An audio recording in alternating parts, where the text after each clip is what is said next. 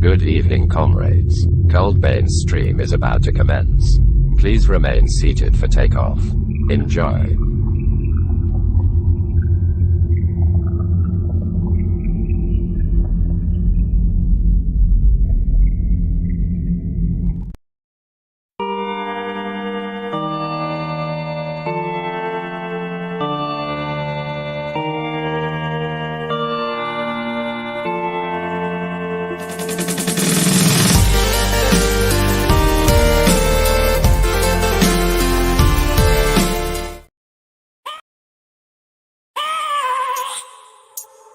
I have a dream, that's all I need. I'll make it happen with some work and belief. Know what I want, so I'll take it on. I've made mistakes, but mistakes make you strong. Let's break it down for a minute. I want the crown, I'm gon' get it. You hear me loud, man, I'm winning. Yeah, Charlie Sheen will be grinning. These ladies know that I'm sinning, and this is just the beginning. I'm closing in the night inning. There ain't no point in resisting. Living life like a dream, live it right, that's the theme. Every night got a team, I've been tied to the scene. Out on stage, here I'm scream. Okay, it's a dream, and I pray as a team. One day it'll be me. If I want it, then I'll get it. Head down, don't regret it. Push myself to the limit. If I play it, then I win it. I'm just saying, I'm just living for today. For a minute, I don't stay, I just visit. Have no shame, I admit it. Looking back at me to see if I succeed, to see if I believe. They're looking up to me.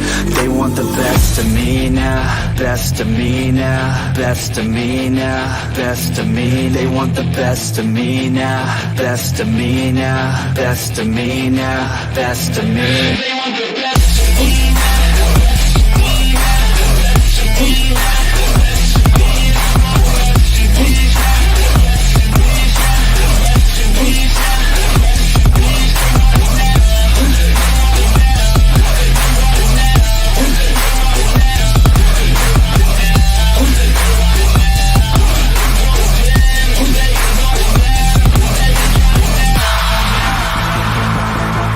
Swear to God, man, I'ma make it soon.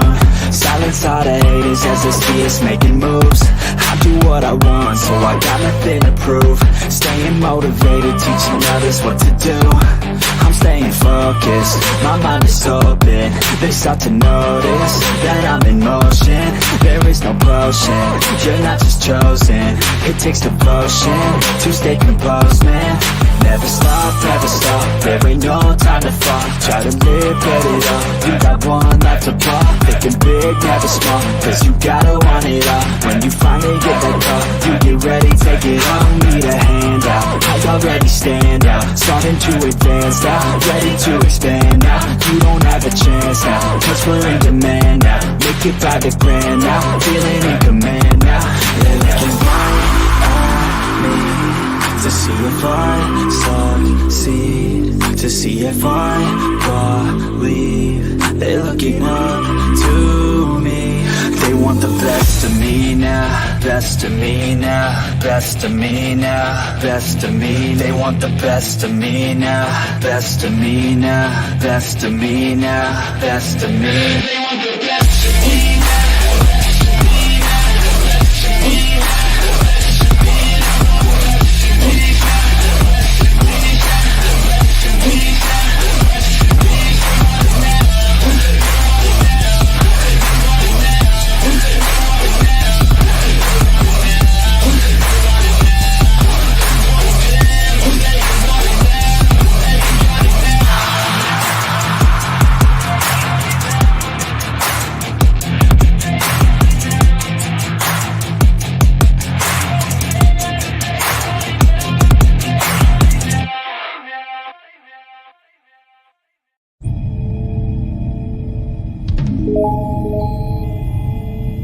Pilot, you are awaiting clearance into the Gunpla Hangar. Please proceed ahead until you are instructed to land.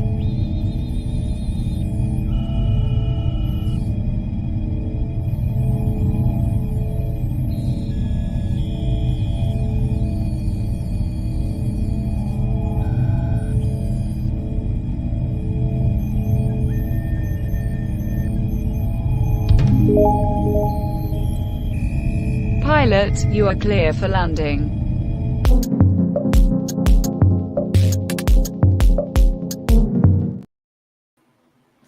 What's going on, comrades, and welcome to another exciting episode of Gunpla Hangar. We are back after several weeks of playing Armored Core 6, Fires of Rubicon. But how's everybody doing out there tonight? I want to see who all we have joining us tonight. So far, I see Mega Demon was here. Manta Ray himself was here earlier. Thank you so much, Manta Ray, for being here. Jen's here. We got Dave. We got Duff Man in the house tonight. Of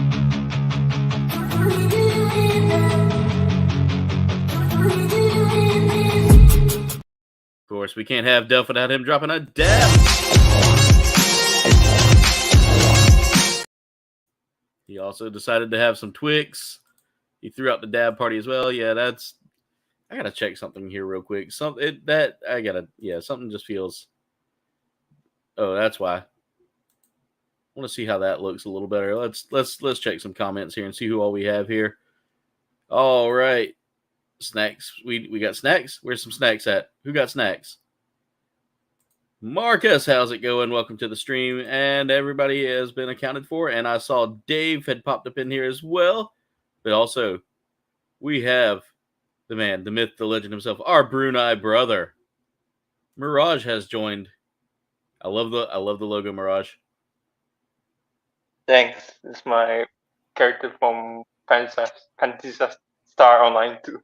Man, I've been putting that game on the back burner. I need to play it. I do recommend it, but unfortunately I cannot play it right now because my TV is broken. You said your PC's broken? TV. Oh no, man. Yeah. Because I remember I saw somewhere you. On. Yeah, I saw where you had a water leak that messed up your laptop, wasn't it? Yeah, so it's not working. So I'm using my phone right now. Oh man. Yeah, I saw that right as soon as I finished Armored Core 6, and I was like, no. He's been waiting all this time to come back, and it happened. Yeah, so I'm glad to have you here tonight, though, Mirage. Thanks. But I did check recently, yesterday, I went to one of the shops to repair my laptop. Yeah. And it turns out they can't. They don't do that, apparently. But they did told me one thing, is that the problem is likely the motherboard. Oh, on the TV? Oh, no, the laptop. The laptop. Yeah, I got to get some W in my system, man. I am struggling. I was up till like 3 last night doing video edits. Oh. Playing some Ghostbusters, the video game. That game's a lot of fun. By the way, tonight's drink of choice is Passion Joy Tea. Speaking of Ghostbusters, we have the Ghostbuster Supreme, the Buffalo Brother himself, the man, the myth, the legend, Dave's Dimension. What's going on, Dave? Dimension. Hey, what's up? What's up, Mirage? Jen said, Mirage, I bet you missed this. Yeah, I do. Well, I'm glad to have it back. I'm going to tell you right now, I loved Armored Core. I'm trying to figure out which one I like better of the text here. There we go. That looks good. We've got Duffman's dioramas in the chat as well. He said he really loved that figure I reviewed, the Furay planet, or Furay planet. I don't know how you say it. Oh, that's a nice area. I think it's like tomato, however you want to do it. Yeah. That blade master wing. Dave, as one of the people that has built that kit before, it's recommended that you should glue the shell units on the chest. Yeah. Otherwise they'll fall off. I will say a little bit of glue goes a long way on that aerial kit. It nearly shot through my eyes like a fucking arrow, so yeah, be careful. Duff. Maybe Santa Claus, maybe if you're a good Duff man the rest of the year, Santa Claus might bring you one. Well, worst comes to worst, I do have some 5-minute epoxy if I really need it. Dre, how's it going? Welcome to the stream. By the way, let's see, how are we doing with likes tonight so far? 7 likes? Not bad, not bad. Thank you guys so much for 7 likes. We are back in the hangar for the first time in almost a couple of months, isn't it? It's been a couple of months. I thought you appreciate the arcade setup. Ancient setup right there. Oh, and by the way, Aaron, I bought this kit a couple weeks before you put the hangar on hiatus. Yeah, yeah. So this has been sitting for a little bit. So I've had this kit now for a little while, and it's been sitting in the back burner just waiting right now. But this is the. I'm sure it had company though. Oh yeah, it's got plenty of kits behind me. But this is actually the Origin Gundam. That's all this is the Origin Gundam with extra stickers. I don't have the Origin kit, so now I don't have to buy the Origin kit. I own one, and I got said it's only decals difference. Yeah. And the colors are different. This okay, time, the color scheme is a little bit different. Okay. So you're saying it could have been made by Hasbro? Possibly. They may have taken some inspiration from Hasbro. I do like. How's that giant man going?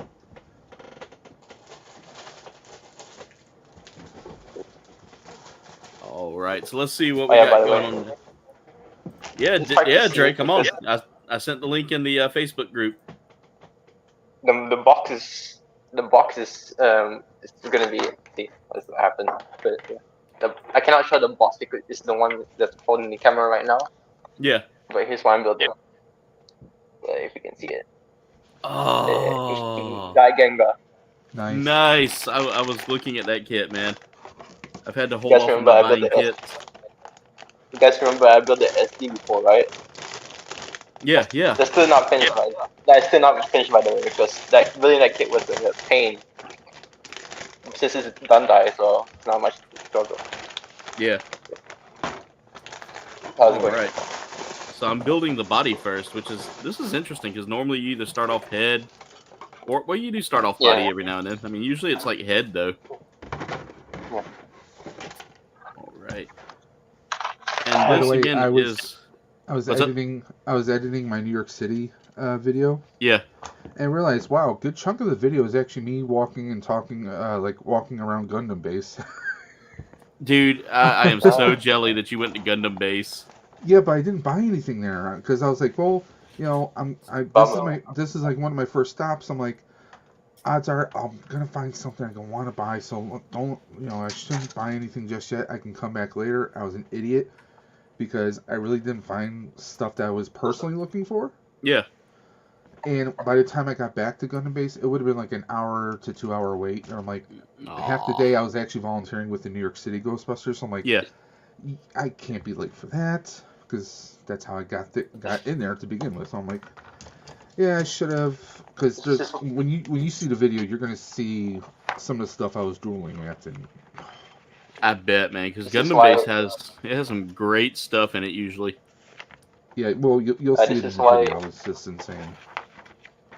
This is why in the Gunpla community we say buy now or regret later. Yeah. See, I had that first regret with the Dendrobium. I now have one pre-ordered. But I went and looked the other day, and USA Gundam actually has Dendrobium back on pre-order again. And I'm like, how? How are y'all? Like, how are y'all making it like? You're making me sad, USA Gundam. They're messing with you. Yeah. They had a lot of the transparent plastic kits.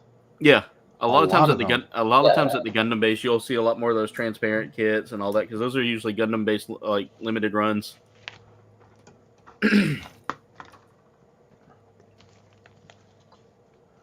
So, do you want to be called Monsignor, Reverend, Pastor? What do you want to be known as now? Oh, me? Yeah. No, the dude. His dudeness works well. Now, did you say Lord have mercy during any part of it? Oh no. I did make a couple of jokes, during the thing because it was. It's Will, so yeah. It's Will. Will and I know his wife's family. Okay. I've known them for a while. But yeah, we Did you have a hand in setting them up? Be honest, come on. They met through me. They actually did meet through me. Okay. It's a long story. Not something I'm gonna share on. No, I'm not asking you to share that, but they were all. We've all been mutual friends for a little bit. And apparently there was some attraction. at some point, is what I've been told. There was like some feelings of attraction there, but basically they just rekindled their friendship not too long ago, and it has blossomed into what it is today. Awesome. Also, I got a lot of praises about my my not performance, but Hey now, my awesome skills as a speaker. He's available for bar mitzvahs, and I'm available for anything. Whatever y'all need. If you need a dudist priest, I am the dude. The dude abides. But it was see, and since I live in South Carolina, one of the things that I can do since I'm a notary is I can legally perform wedding ceremonies. Yeah. That's one of the few things that notaries, have as a bonus in South Carolina compared to like I'd say notaries in like I think North Carolina is different than us. But so they give me 2 chess pieces here. Middle type and early type. I have a hard decision here to make, Mirage. Mine is a mix of like the early type and the middle type. Oh wait. Yeah, that's where I'm having the hard decision to make here. Like, which one do I want to do? I don't really... Okay, I think I see a difference, but I really don't see a difference in either one. But, I mean, I've got an extra chess piece. The middle type, is that the one with the shoulder cannon on it? Or is that the early type? I think that's the middle type. I remember correctly. All right, I will work on that one then. Yeah, I'd see it. I've never built the Origin kit. I've only built the, RX-78-2 Grandpa kit and the re-release kit, the one that they gave for like beginners. Yeah. Not too long ago. I've also built the EG version of it. Mm-hmm. So I'm a little curious as to how this is going to play. How it's going to play a little different. So step 1, we want to combine these 2 together. I would say it has better torso articulation than the Revive. That's one thing. Yeah, because the Revive was nice, but like you said, there was some I found there were some articulation issues in it. Yeah. Okay, I gotta make sure I'm doing this right. I guess that's correct. Let me just combine all that together. Like that. Okay. So far, so good, looks like. Dre said he's not going to be able to join us tonight, so he's coming on the next one. Next week at 8 p.m., yeah. Hey, Uzoth, how's it going? Wayne, how's it going? Welcome to the stream. Guys, I'm sorry, I'm catching up with chat. Yeah, I probably won't be up here for next week. Nice, Wayne. You won't be here for next week? Yeah, because, well, technically next week is like the Halloween weekend. We have a local community does a fundraiser. They do like their own a yard of terror kind of thing, and it's one of our members is a big part of that. So we usually come out every year. Kids, especially at night. That's families cool. Get a good kick out of it. So I'll be busy next week. That's pretty cool. All right, so I've got the first part done, and as you can see, the color, there's a difference in the color here compared to like the old school one. This blue is a lot brighter to me. It's a lot brighter. So I remember that blue being a little more muted on that color of blue. Instead of being like a very light blue here, it was more just basic blue. But we do get the 2 chess pieces here. This is the middle. I think this is the early type right here that I had. So I'm gonna set that off to the side.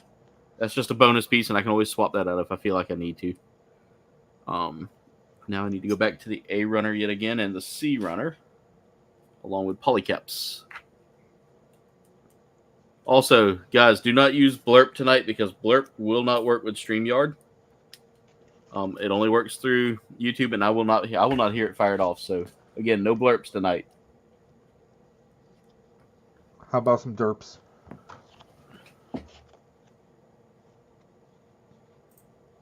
Some derps. Derps will work. Derp.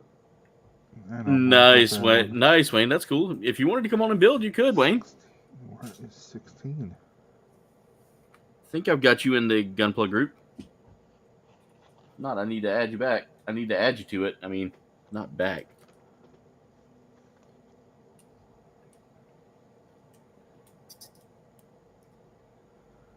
Yeah, I don't think I'm going to be using that one. So I'm not going to post the link in the chat because I've had people before come in here and they weren't necessarily building or contributing to the talk that was specifically Gundam. It instead derailed the chat. I think Dave knows. What's your favorite Marvel character? Wah, wah, wah.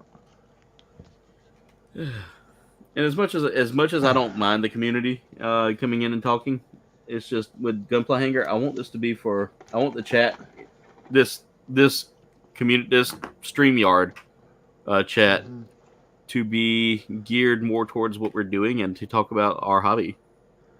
Oh, because, I get that completely. Yeah, and that's why I say it's got to be something that's geared towards the building hobby. So it doesn't have to be Gunpla. It doesn't have to be mecha. It can be, you know, you could be building anything. You could be building a model kit. You could be building a Lego kit. You could be building a third party. But talking about building your fantasy football team, that's not exactly productive.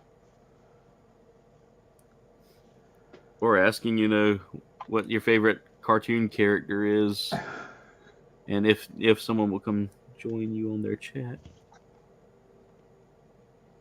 Sorry, I got focused on this piece real quick. Said person is blocked on my channel, actually. Understandable. I tend to try not to block too many people. Yeah, and that's just me. That's just me. I mean, and the only time I'll ever really get involved in doing like a block is if they truly deserve it. Like some of the trolls we've had, which by the way, I've talked with. Yeah, you could be building a diorama, like Jen said. You could be building anything that's geared towards this hobby. You know, it doesn't have to be Gunpla. It can be anything, and it could be snacks. Joking. Imagine someone here this live streaming baking. Well, Aaron, I get that because like last year I was doing a stream for Quantum Leap, and I appreciate everyone who was coming there, and obviously majority were not even interested in the show, but they were there to help support me. But you know, the few people I did get who wanted to discuss things about that topic, you know, it kind of derailed. Or what if I get someone who's new to the channel? Yeah, and they're there for that type of stream, but then they see 3/4 of the chat is talking about something else. Yeah, it's like, well, why are they even doing that? I mean, you know, the optics can be a bit negative and off-putting to someone who's not familiar with the community itself. So yeah, and another thing too, and one thing I will say, and this is just me, but you know, in knowing how YouTube is now, oh yes. I don't like when people come in and start, you know, negative, like just the wrong kind of conversation. You know, if you catch what I'm saying. I mean, we do have body humor at times, and we make some pretty interesting jokes, but you know, we know when to cut it off. You know, we know when to call it, and that's why I vet my team now. That's why I have to have a team of Fortnite players. That's why I don't do community days. Blind Mag, how's it going? What if you're building a charcuterie board or cake or croquembouche? All for it. Come on, you can do that. Messiah, I am building the RX-78-2 Gundam from. It's the Origin build, but it's the I always mess this up. Cucuruz Doan Island version. Kit. It's based off of the movie that was made for one of the worst episodes ever made. Which is actually not a bad episode at all. Yeah, the story was really good. It's just it was more of the Animation. animation quality. Yeah, that animation quality was ugh. Are we talking like Flash movie level visuals? We are talking like when I tell you it was rough, Dave. Rough. A bit low standard, even for 70s anime standards. Yeah, you know how 70s anime had like you could see Oh, like God. animation quality not being great. Like there Yeah. were scenes where like the Gundam's face even looked like, I mean, it looked rough. And I think Sunrise had not been too thrilled with it, so they were like, "No, we're not airing this. No, This will never see the Tomino light." especially. If it looks like Yeah. you know, crap. Yeah, Tomino was very critical of it and was like, "Yep, I will never have this air on one of my It's one of the lost episodes. select the part to attach and then make my choice." Which is funny because if it weren't for like one of the animations, it's actually one of the best episodes in the show.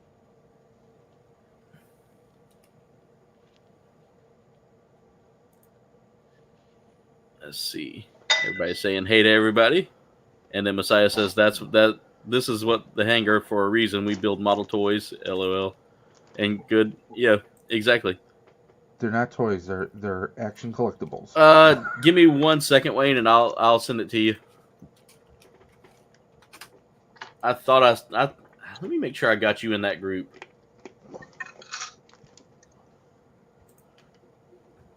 If I don't have you in that group, that is my bad, Wayne, and I will make sure to put you back in. I'll make sure to put you in it. Oh yeah, you're in it. I sent it through Instagram on the Gunpla group. I think I still got you on Instagram. Yeah, I sent it there, and I sent that's it on how the I Facebook joined. one. Yeah. But I can send it to you directly through Instagram.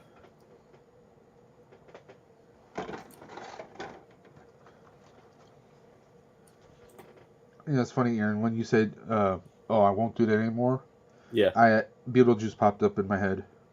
I won't do 3 shows a night anymore. Nope. Yeah. Let's see. I got to find Wayne. It's been a while since I've chatted with anybody on Instagram. I don't really. I've said this to a few people. Nowadays, there's so many groups. You kind of like have to start denying people at times. It's like, I'm sorry, but I'm already in like, 12, 25 different groups. There we go. I just found it. Wayne, I just sent it to you personally.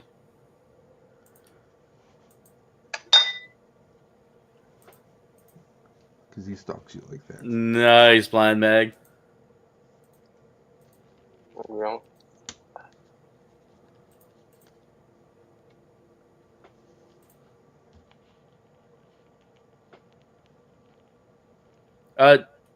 Yeah, Wayne. Let me know where you need me to send it, and I'll send it.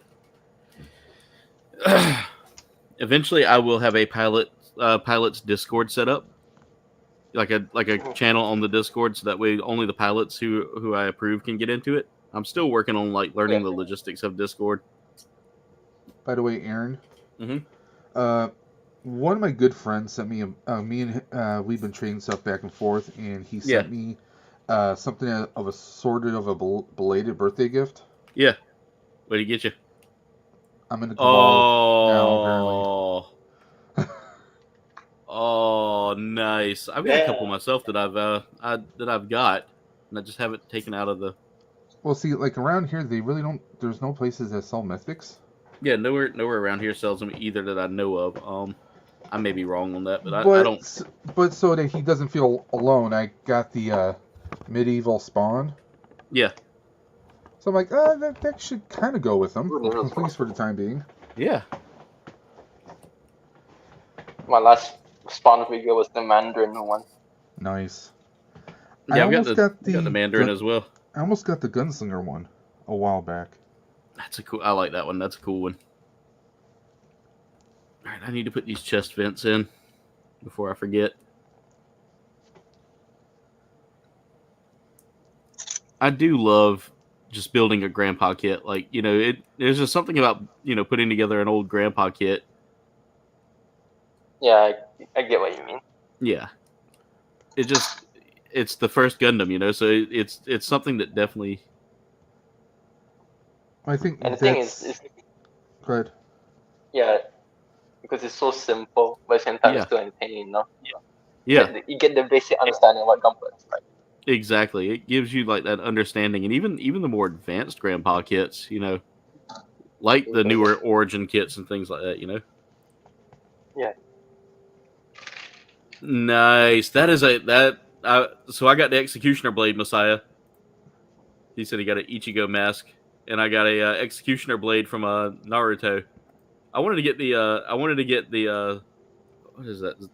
Is it the Zanpakuto from Bleach? And Dave Messiah wanted to know where'd you get that? Where'd you get it from? This kit? No, I think the Mythic. Oh, the medieval spawn. Oh, the medieval spawn. That at medieval spawn. Target. Nice. And actually, Target, as of today, they have a special sale going on. Yeah. Where you can either, I think it's 25% off one toy, or they have like a $5 off on select toys there. So, if you're a Target toy hunter, it's something. I get it through the app. I check the app, their Target app every week, and they had those promotions going on. So I only paid like $18 for it instead of $25. What's that, Mirage? You guys have Targets? No, I'm just kidding. Yes, I went to I found a Target. His name was Biscuit. Took him out. Ah, Dave. I mean, I remember they already got a new series out, so it's no longer too soon. But like you were saying before about like the grandpas, I mean, it's the first Gundam. Yeah. To me, so that's why I kind of like I always like doing them. Yeah, I mean that's kind of my thing here is just building it, and I'm definitely doing this one right here. The as you can see, that here, I mean, yep, that's really cool. I like that, and you can always swap that out for the basic basic just chest piece here. I wish they would have given me like an extra A17 though. Because as much as I like that, whenever I do the display of it, I'm definitely gonna need to have this like not poking out. I like how the metal parts are in the silver parts are so shiny. Yeah. Oh, in your kit? Yeah, and there's no stickers. Yeah, same. Messiah, ours is like an hour away. Let's see. Ooh, wow. You got the new NECA Feral Predator in the mail tomorrow. You get it. Wow, nice. Yeah, I know a few people have been jumping on that one. Yeah. Yeah, I usually get them from a couple of sites. I go through Gundam Pros, USA Gundam Store, and New Type. New Type has had some issues with shipping for me lately, though. They use a third-party shipper now, and it's mostly just DHL. Okay. Yeah, and that's why I always worry when I ship out kits from from there. I don't think I'm getting this off. I think that's on there now permanently. Not unless I'm not figuring it out. Okay, this just feels weird building the arms first before anything else. Yeah, the aerial kit was kind of interesting about that. That kit feels more like a 30-minute missions kit, too. Okay. Yeah, because the arm assemblies. Yeah. Well, I guess I'm stuck with this for now here, Mirage. I can't seem to get that blue piece off that I'd put on. Oh, yeah. I forgot that kit's kind of tight. Ooh. Yeah. I might be able to wiggle it. And that'll probably break it. So, nope. We're leaving that exposed.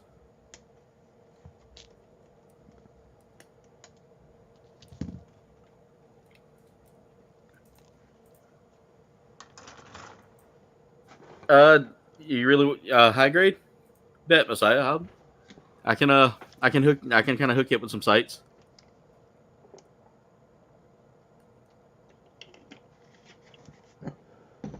A18 or A19? I think I might go with the A19 on this one because the A18 is that closed shoulder.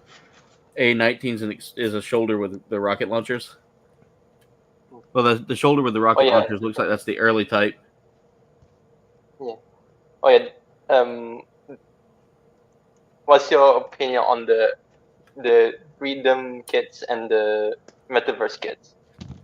I'm excited for the Freedom kits. I'm excited for those Black Knight kits to begin with. Yeah, same. Those Ronin Warriors looking. By the way, Aaron, there was one kit there I was really seriously tempted to grab. Yes. It was this. It looked kind of like Grandpa, but all black, but with like green highlights. Oh yes, yes. That is the inversion color kit. Yeah, I almost picked up that one. They did that as a special, so it's a whole different like design, but it's really cool. I dig that. One of the things I like is the 7-Eleven kits that they have every now and then. Oh yeah. Culinary festival. Some 7-Elevens in Japan they do sell kits. Yeah. I think that's really cool though that you can get Gundams at 7-Eleven in like Japan. Yeah. But yeah, Messiah, I usually get them from like USA Gundam, and that's usually my primary. I had swore them off for a while because of some issues with communicating, but after kind of remember how I said I had a problem getting that part off just a second ago? It just came off. I just literally did a quick squeeze with it, and it is almost off. It's just so tiny that it's hard to like pry it free.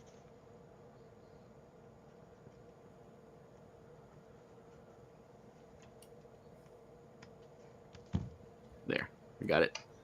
As much as I like that little minigun, the little Gatling popping out of the chest, I want to kind of keep these shoulders flat for the time being. However, that is a pretty cool thing to have. Yeah, I like having just the base there. So let me grab the bottom of the box there so I can start putting tiny pieces that are going to be utilized. My Gundam had the shoulders without the handlebars, and then the backpack is just normal type. Really? Yeah. That's why I did on mine. There we go. Because I'm going with this middle type, the one that has the the big shoulder cannon on it. Yep. Oh no, my yeah, there it goes again. But yeah, Messiah, let me know, and I'll let me know what you're looking into there, Messiah, and I'll let you know. All right, Uzoth, have a good night. By the way, we're already up to 16 likes, and we just got started, guys. So thank y'all so much. Okay, I've got the body, I've got the torso done for now. Let's move over to the next page, which is going to be the backpack. Looks like. And again, the instruction manual is one of those folded ones. You said you were playing some Ghostbusters? Yeah, I beat the library last night. Took on a... Library was a little bit longer than you thought, huh? Yeah, I was actually like... I can't believe how close I was to being done with the library, though, at that point. That whole the whole thing of taking down, what was his name? It starts with an A. Asimov? Yeah, yeah. The guy that killed the librarian. Yeah, the collector. The collector. Asimov, the collector. Yeah. There we go. I thought it was really cool. Hey, Kat, how's it going? How was your puzzle stream today? I missed out on it. I was so tied up with editing, I just totally lost track of time, and then I decided to sit down and watch a movie. What'd you watch?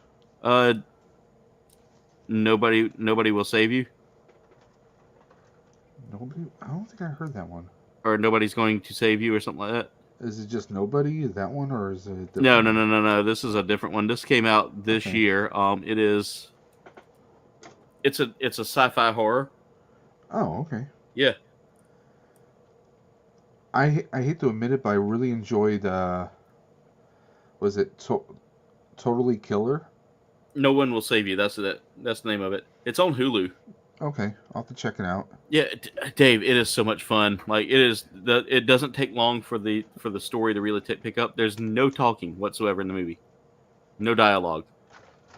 Oh, okay. Like you get maybe 5 minutes of like words that are said, but other than that, pure adrenaline rush the entire time, and the design of the creatures.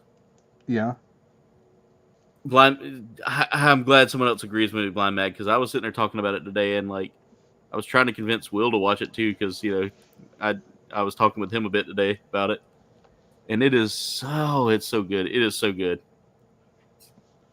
Dave, I think you would dig it. You said it's on Hulu, so I'll check Hulu. it out. Yeah. The whole story's pretty good too. Like, imagine if they took like the way I felt about it was like there were scenes that reminded me of so many different horror classics, especially sci-fi horror classics. And I don't want to give away. If I tell you what it's about, if I tell you the parallels, if I feel like that may give it away. Gotcha. But there were some parallels with some great sci-fi classics there. Well, on Amazon, there's a movie called Totally Killers. It's kind of like if you took Scream. Yeah. And Back to the Future. Okay, it's not. I mean, the movie's not meant to be serious, but it is a fun kind of a watch. Oh, Blind Mag, that is a good one. I loved Prey. I have yet to watch Prey. Everyone keeps telling me it's amazing. I just haven't gotten around to watching it. You need to watch it. It gives Predator the breath of fresh air it needed. I actually enjoyed the last Predator movie, actually. So I will say this: I've enjoyed every Alien and every Predator movie. I haven't been one of those that criticized everything. You know how the Alien fans go nuts over Alien 3 being not that great, and all of a sudden now it's like it was a breath of fresh air when Resurrection came out. Yeah, Resurrection was. It's a great. Well, Prometheus Alien was nod. just kind of. It just I don't know. It was. I know. It's got its pluses and minuses, but I mean, for the most part, it just. I think if he had it stayed felt like away it was from trying making it too hard.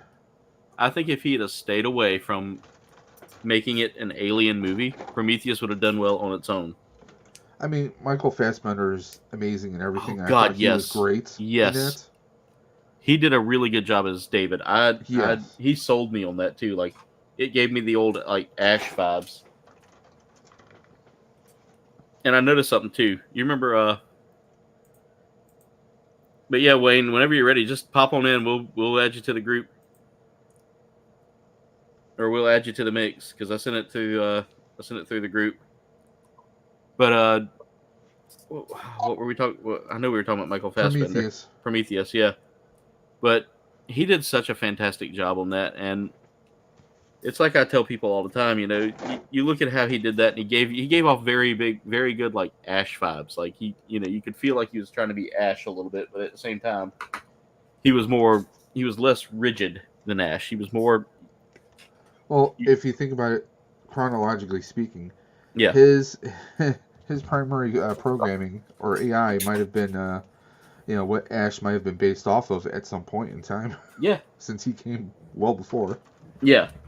And I love that they spaced this out a little bit, like, that it's, 30-ish years, I want to say, maybe a little longer, before Alien comes to be. Like, Ripley's not even born yet at this point, so I can't remember how many years ago it was, but I dug the plot twist in Prometheus. Alien Covenant was really good to me too. Like, I felt like that was kind of a good, but I feel like, so for those that have seen it, you know what happens. You know where it shows a creation of a xenomorph. However, Ridley Scott has kind of hinted that there was more than one creator to the xenomorph. Like the xenomorph we see in a Covenant is definitely not the xenomorph that we're used to. This is a whole new thing that David was testing out and trying and building. But, it wasn't the xenomorph that we all know. No. And I love that, he said, in the third movie, he was going to try to connect things together to kind of give you an idea. And another thing that I saw as well, and this was something that was really cool, is the book. It was written by Alan Dean Foster. He did the novelizations for all the Alien movies, and he did the novelization for Prometheus and Covenant. And in that, he said he even mentions that David borrowed the idea. I played the old Alien Resurrection game on the what was that, the PS? Well, I think it's back on PlayStation Store right now. I think it's one of the free games right now. I know Isolation is. Oh. Because whatchamacallit, I was on PlayStation Store last night, and they finally put Gotham Knights on for free. Did they? Yeah, so I downloaded that because I waited around. I was like, I wasn't going to necessarily pay because I heard a lot of issues with the game when it first came out, but yeah, I heard they finally worked a lot of stuff out and, did some upgrades. You wait around a year, for them to work all the bugs. That's why I'm not necessarily jumping on Spider-Man 2 right now. I'm going to wait a while. Yeah, I saw some of the issues they were having with Spider-Man 2 with some of the glitches. And I saw where, like, some of the, I saw the one where Miles get inside the building. Yeah. And I was like, wow, they finally let people. Hey, they Blaze. let them inside the building for one. Hey, what's Mega up? Demon. Cat, hope you're doing well. Oh, you're good. Isolation's also good. I love Isolation. That was really good. Mega Demon want to know if you were going to pick up the Josh Allen McFarlane sports figure when it comes out, Dave. I'm not like the starting lineup figures. I'm not big on those. Yeah. I mean, I remember the first ones when they first came out. I mean, Josh Allen is great. The Bills did not necessarily have a great game today. But, I mean, Josh Allen is a favorite of mine. I actually have his rookie card thanks to America's Most Wanted. Yeah. Nice. So, I hope AMW is doing well. I hadn't heard from him in a while. But I don't have any plans on buying any sports figure action figures. McFarlane is doing it. Yeah. Maybe, because I am a McFarlane fan. I'll take this one off and put on that shoulder cannon. Because apparently I was supposed to... the shoulder cannon is for the early type. I think I'm building the middle type, but that's okay. I'll combine. Don't tell me I skipped... I'm a pull-off. I opened up the book. I saw the arms here, so I started working on that. That's actually step 3. Yeah. So I really should have been starting to build the head first. You want a step ahead? 2 steps ahead, apparently. Yeah, that's okay, So Dave. It happens to the best of us. Well, at least the arms are built. Yeah. That's the thing is you don't have to... Even if you do that with the Gunpla kits, they're still, like, right there, ready and rolling,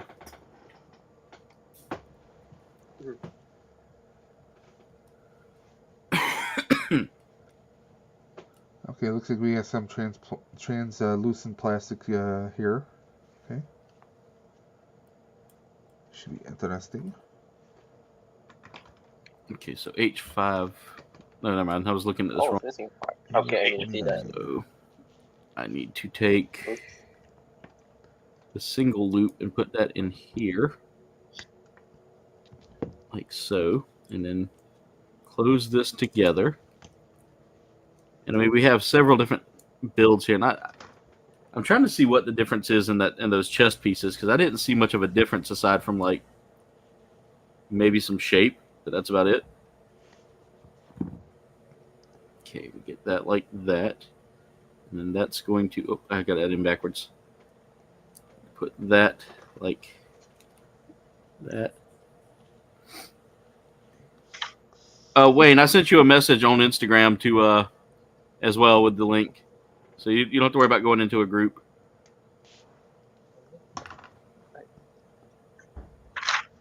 Oh, that's cool.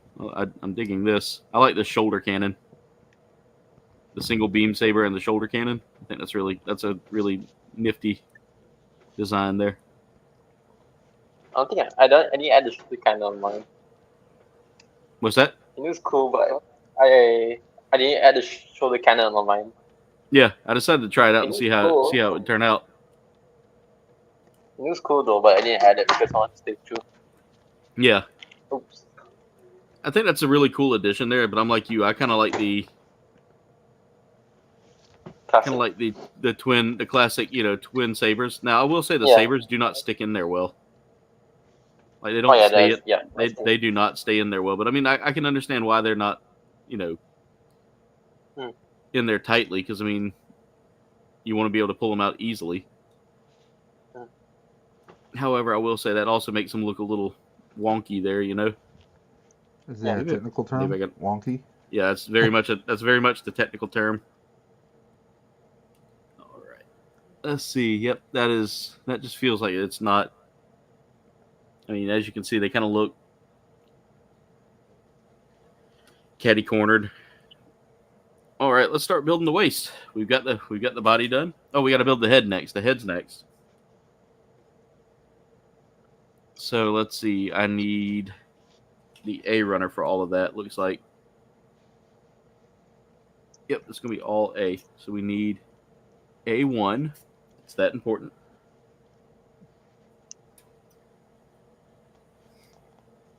And then we get the pleasure of putting eye stickers on it.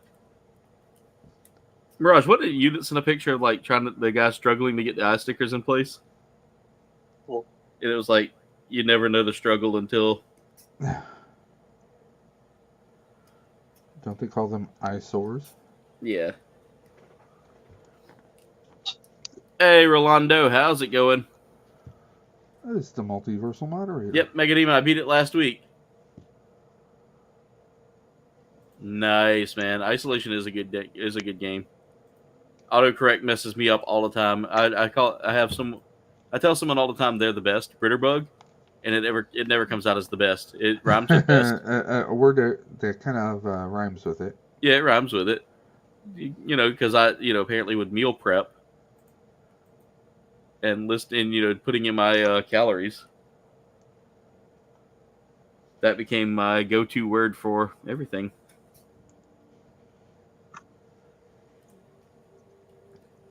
All right, so I need 27 and 26. Because they give you like duplicate runners. Because of the arms and stuff like that. Yeah. That means you can actually make repairs on this kit easily. That's cool. I know I've broken some V-fins before on kits, and it's just it's depressing afterwards. All right, I'm gonna get this in My place RG before I shut calls that's like broken defense, but Yeah. I cut the other side of it so it looks shorter. Yeah. And it's not that bad. I did that with the no grade Epion that I had. Like the V-fin I was can just. get the RG. I want the RG Epion so bad, man. Yeah. That's a definite. Okay, just based on me building the head so far, this Yeah. is probably one of my favorite kits of all time. Yeah, Because I did not have to put decals for the eyes. yeah. Yeah, for me, I painted the eyes just to make it bright a bit. I will say that is one of the best things about those kits, Dave, is that the eyes You are don't have to actually. sticker the eyes because you're always crooked. Yeah, they always turn out crooked whenever I do them, but. Also, the face on this thing, you can definitely, I can definitely see the little space between the eyes and the mouth there. Come on. Focus. Focus. There we go. See? There's that tradition. There's that. Yeah. There's the different. There's another difference there that I'm recognizing. That may be just a difference that I'm not. I didn't think about, but I know when they did the cartoon version of it, it was really kind of ganked up.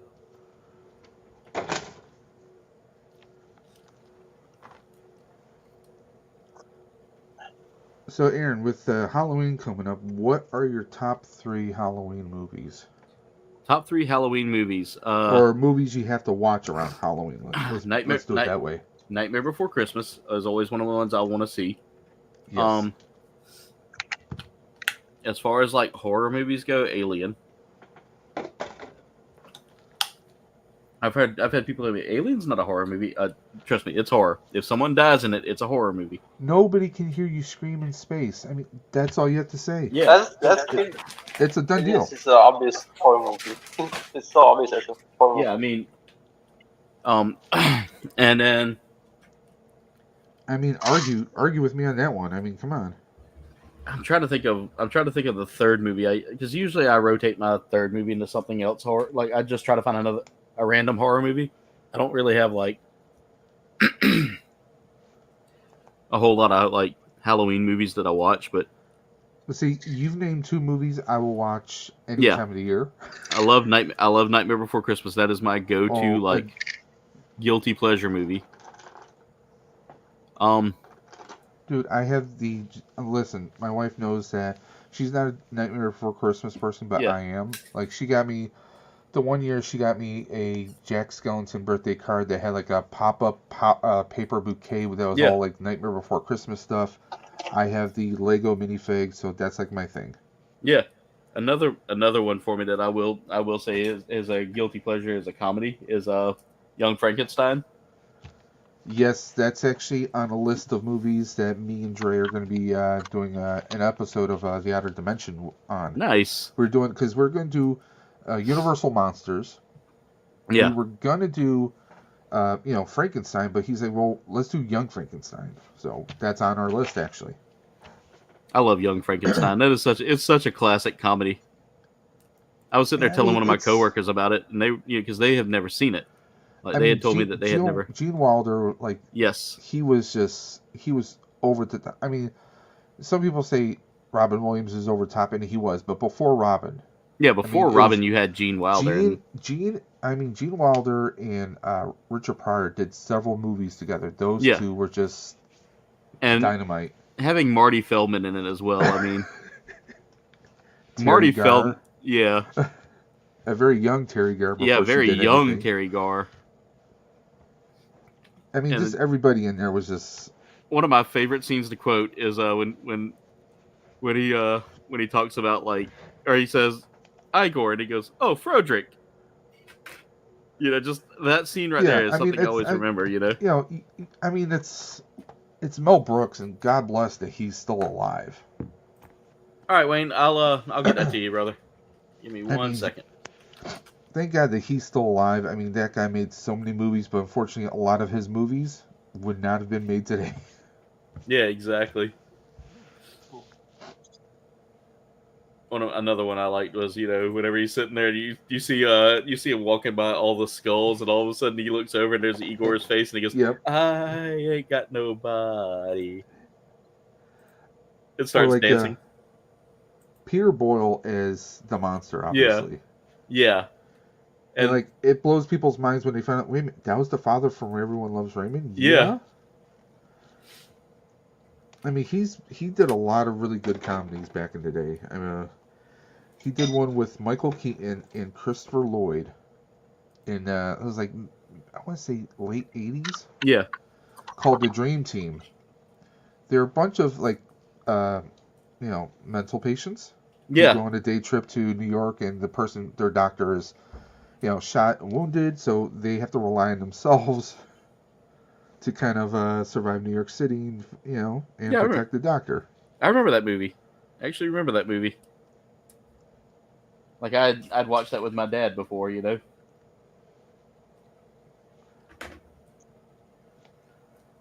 But another thing too, that I grew up watching a lot of like Mel Brooks movies, so they're like, oh yeah. Sometimes we would watch like Dracula, Dead and Loving It, and with Leslie Nielsen. Yeah. Yep. But I really like the Dracula films with Christopher Walken. Yeah. And then my auntie likes the Bram Stoker movie. That was from the 90s, I think. Yeah. Yeah, with Keanu, isn't that? Keanu. Yeah. Winona Ryder. He's best acting yet. Well, here's a little bit of trivia. It's not really known whether or not, but they might have actually been married during that film. Oh, Keanu and Winona. Yeah, because the director was known for, like, authenticity. He actually had like a real a real priest there, or a real Yeah. aficionado. So Winona Ryder always jokes with Keanu about that they're really still married. But hey, they had great chemistry. They did. But I mean, everybody in that film was just.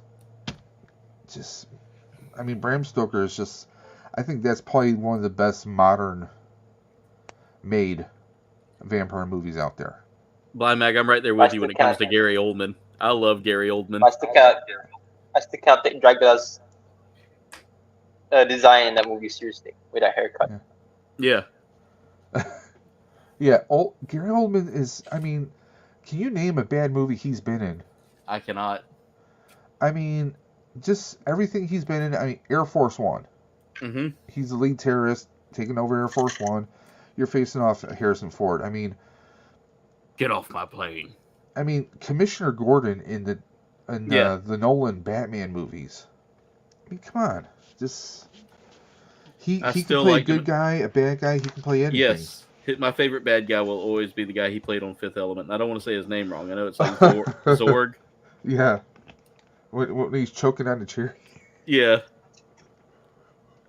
One of my favorite scenes though is when he's like,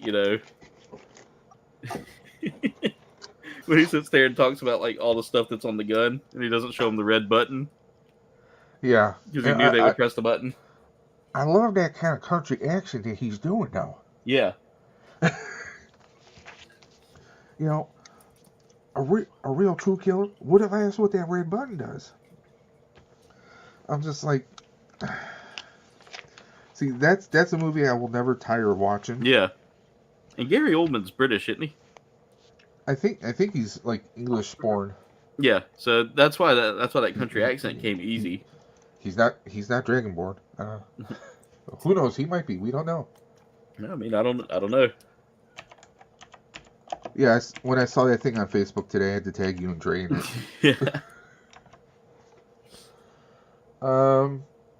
Yes, he was born in New Cross, London, England. Oh, nice. Yeah, New Cross, London, and United Kingdom. He was born 58. Yeah. He's only 65. Duff said he sent you a post on Instagram. Oh, he's only 65?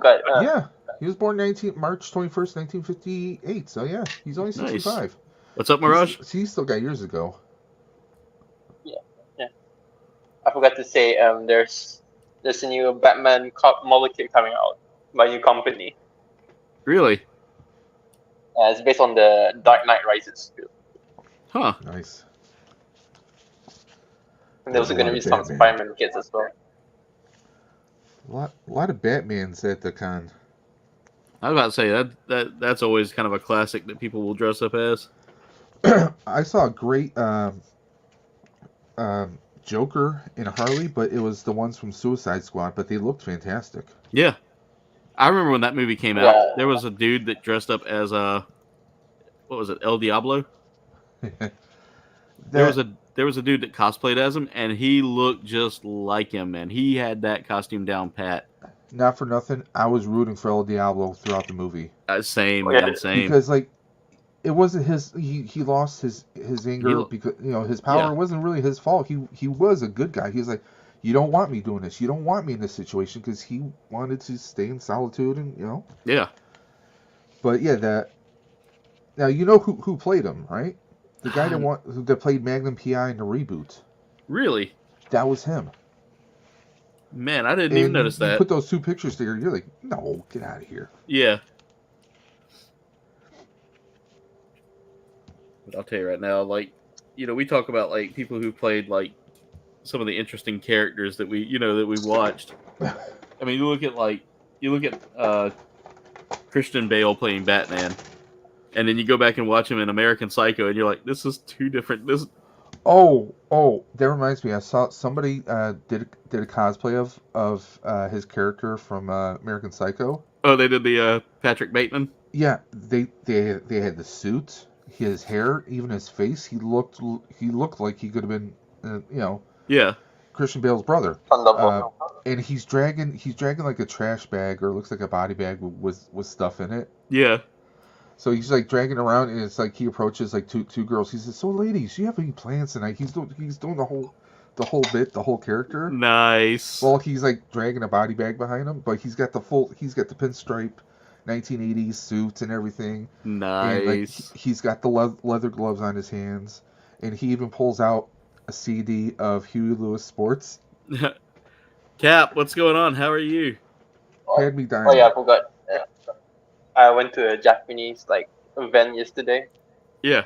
And there's cosplayers. Two of them I saw is Cloud and Tifa from Final Fantasy 7. Oh, that's cool.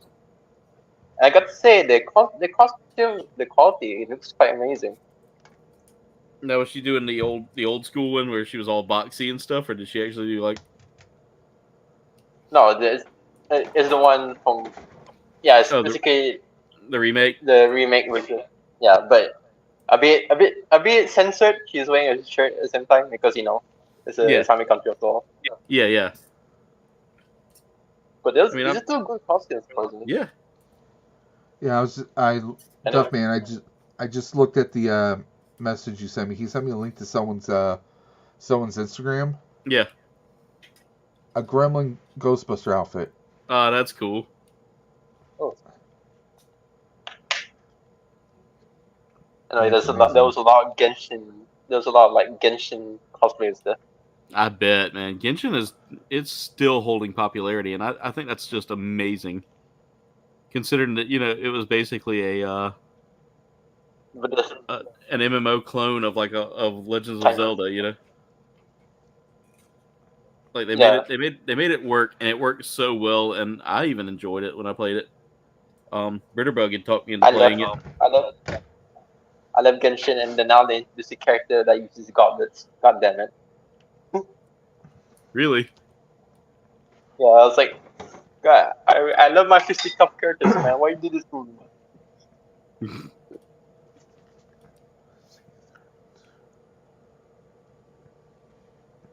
I hadn't played Genshin in a while, though. I need to go back and play it sometime. I had to delete it just to save my face. Yeah, I'm about to say. I need to get into Phantasy Star. I really do. And now that I've got the PS5, I'm definitely going to have to get a bigger hard drive to put into it. Well, I have to deal with broken TV and a broken laptop. Wow, nice. Aww. Well, Aaron, I would say either wait for Black Friday or Boxing Day, day after Christmas. Yeah. Because you're going to have a lot of deals going on. If you're going to do the M2 drive upgrade. Yeah. That's my plan right there. Is just to bump it up to a couple of terabytes. See if I can throw a 2 terabyte in there. I know you can use external hard drives as well. Yeah, but I mean, doing the M2 is that's the preferred method for everyone because I mean it's right in there. Otherwise, you might have some latency between the drives if you do physical. Yeah. And I mean the external would only be that would be the way to just store extra stuff on there. Because that's what I do with my PlayStation 4 is I do externals for some games. Trust me, you don't want to know how many externals I have on my computer. I can imagine. I need to bump up the hard drive on my I need to see if I can throw another see if I have another slot in my laptop for I have 2 regular hard drives inside the computer, not counting the SSD for boot up. Then I have an old 2 terabyte drive I got I don't know 6 or 7 years ago. I've had it that long. Yeah. And then I have a little Samsung, little portable. No, it's a Toshiba. Little portable credit cards. Like a wallet size. Yeah. SSD or I have that in I think that's a 1 or 2 terabyte. So I have all these things, but seriously, next year, once I get everything straightened out and figured out, I do want to do a new computer at some point, whether it's already made or, I mean, I would love to build one, but I mean, sometimes it's cheaper going through integrated system maker, Yeah, I love Skytech. They're the ones that built my Archangel that I use, and It's old, so it's showing its signs. You know, I've gotten the Yeah. use out of it. I won't, but I believe now I'm. If you don't I'm mind, when did you get it? 2016. Okay. Yeah, and it's held up this long, and So that's 7 I've years, only man. So I Yeah. mean, that's for a computer. That Yeah, is that's actually God, good 7 life years. right there. Yeah. I plan on like I said, I plan on starting to replace parts in it and doing it myself. Yeah. I've already replaced the power supply in it. I'm thinking about bumping that up as well whenever I do everything, like whenever I get the graphics card and all that for it. So I plan on changing out graphics cards eventually too, because I'm using like an older graphics card. You don't want to know the kind of graphics card I have in there. Wayne said he's being blocked from getting into StreamYard. I wonder why. That's Is odd. it not letting you sign in? Yeah, I was about to say, is it letting you try to sign in, Wayne, or? Because I know it was giving me issues, like it was not letting me sign in exactly. Like it kept saying my email address, which is different than my YouTube name. Yeah. And then it finally went through. So I mean, I'm wondering if that's the issue he's having or something else. I don't know. That's very odd.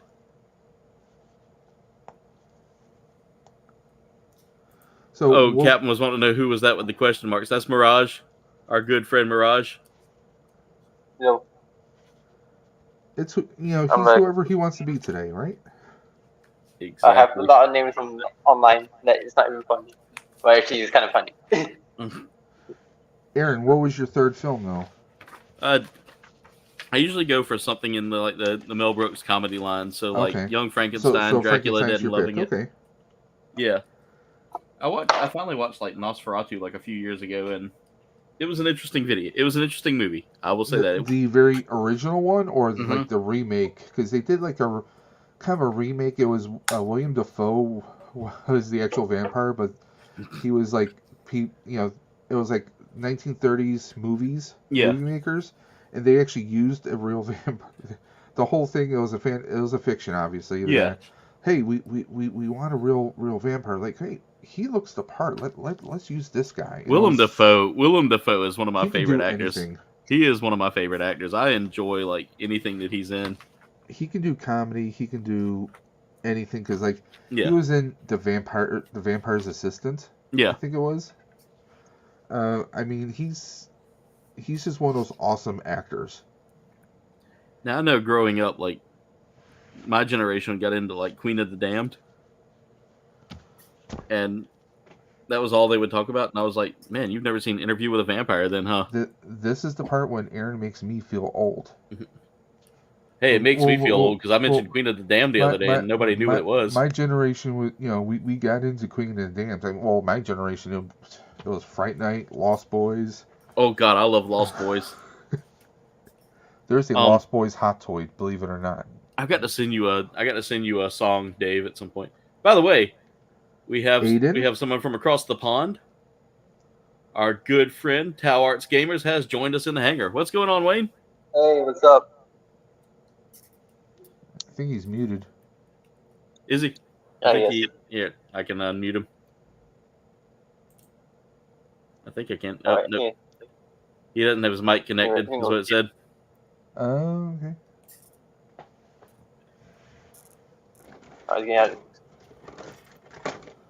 Wayne, it said your mic wasn't connected.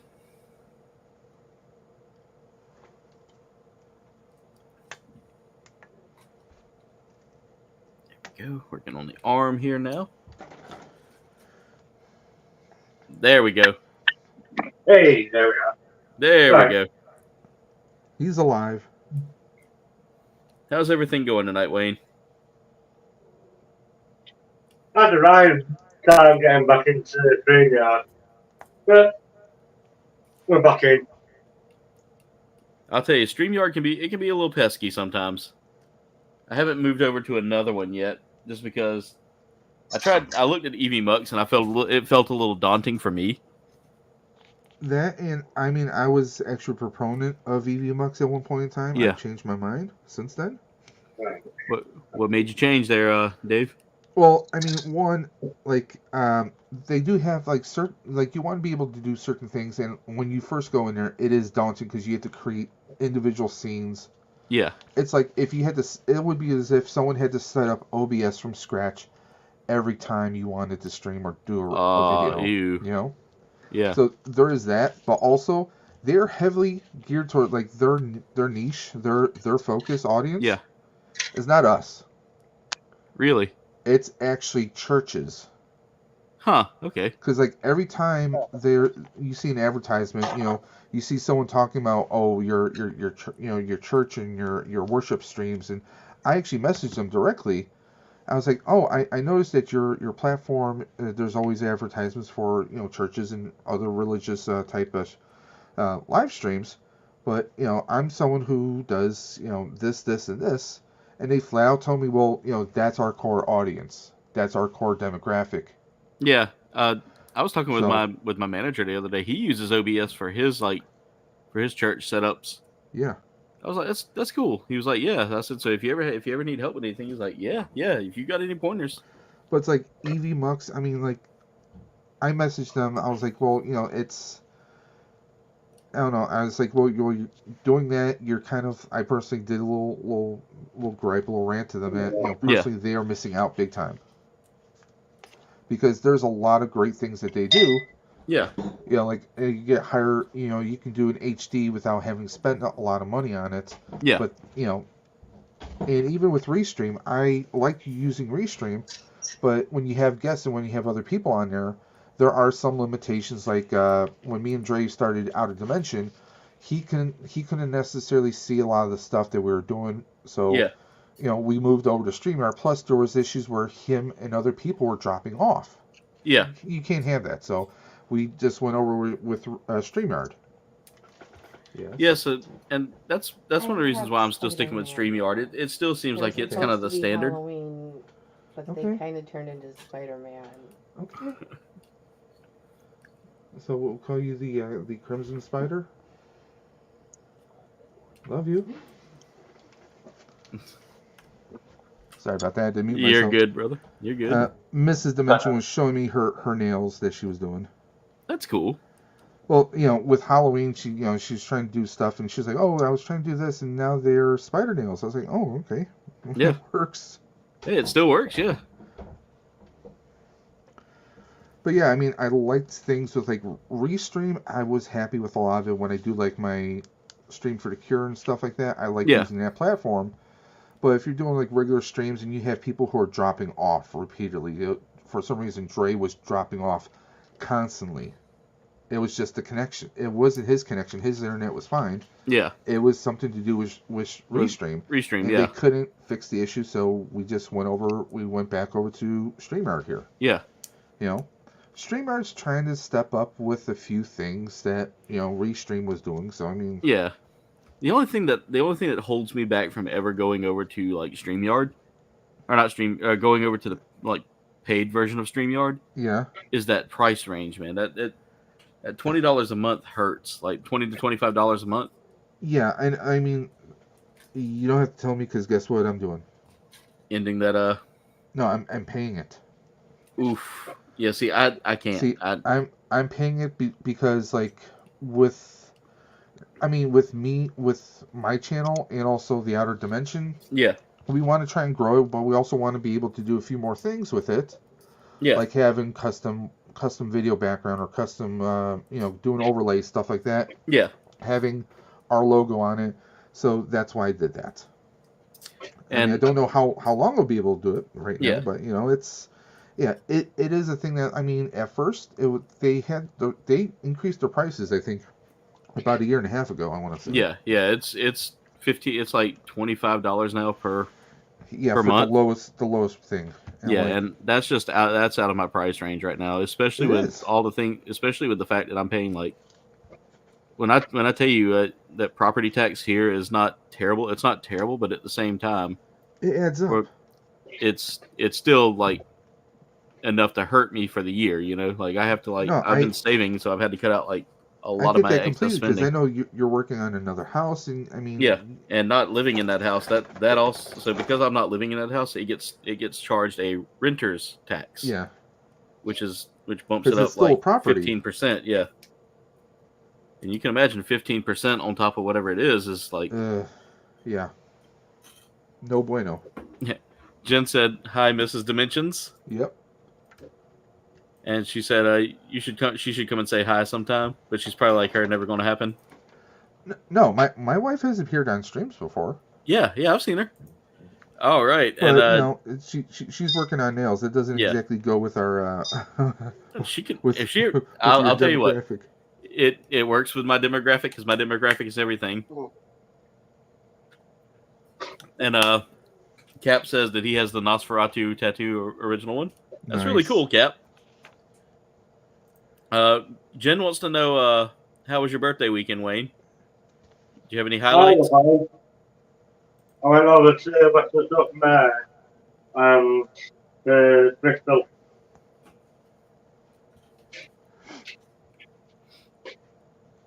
I know. I've seen some of your travel stuff that you've been doing lately, Wayne. Looks like you've been having a lot of fun. Amazing time. I've always said that I want to make my way over there one day just to see some of the sights. Yeah.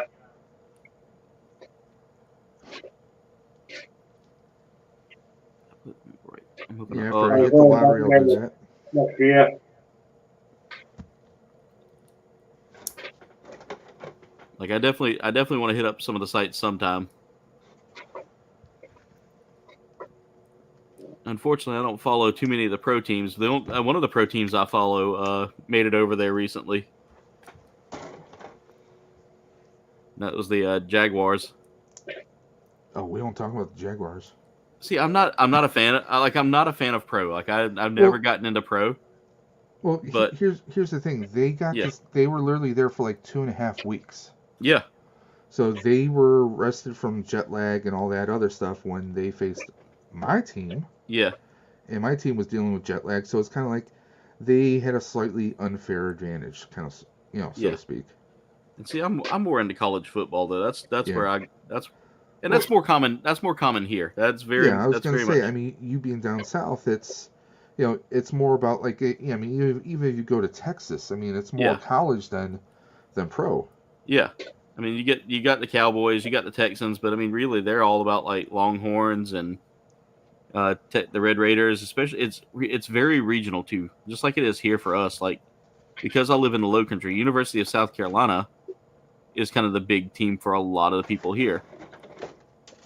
And then it's weird because the other big college here, Clemson, is they're a agricultural school, so you would think a lot of the farmers would pull for them. Nope. And it's kind of funny. No, it's very much weird because like a lot of the farmers are big Carolina fans. They love them. They love Carolina football. They'll talk about it all the time. And I'm just like, you do realize the University of South Carolina literally said, and I quote, "We do not want farmers coming to our college." Back in the day. Oh. Yeah, back in the day, they literally said, "We do not and will not take a farmer's child to our school." And the reason why is because they felt like they were uneducated and therefore wouldn't make anything of themselves. And this is like back in the 1800s, so a local landowner can hold a grudge. A local landowner who was the son of John C. Calhoun was like, he was the son-in-law of John C. Calhoun, said, "You know what? I'll make my own college, and we'll start it for the farmers and the kids that are looking to get a military background." And this is post Civil War, so they created a school known as named after the landowner, and they called it Clemson. They called it Clemson A&M. Okay. It was an ag and military school, and ag for agriculture. Yeah, okay. And it's a very big ag school. Like, there's a whole lot of bioscience, like biology and stuff like that. I wanted to go because it's where most of my family's gone, but I couldn't get in.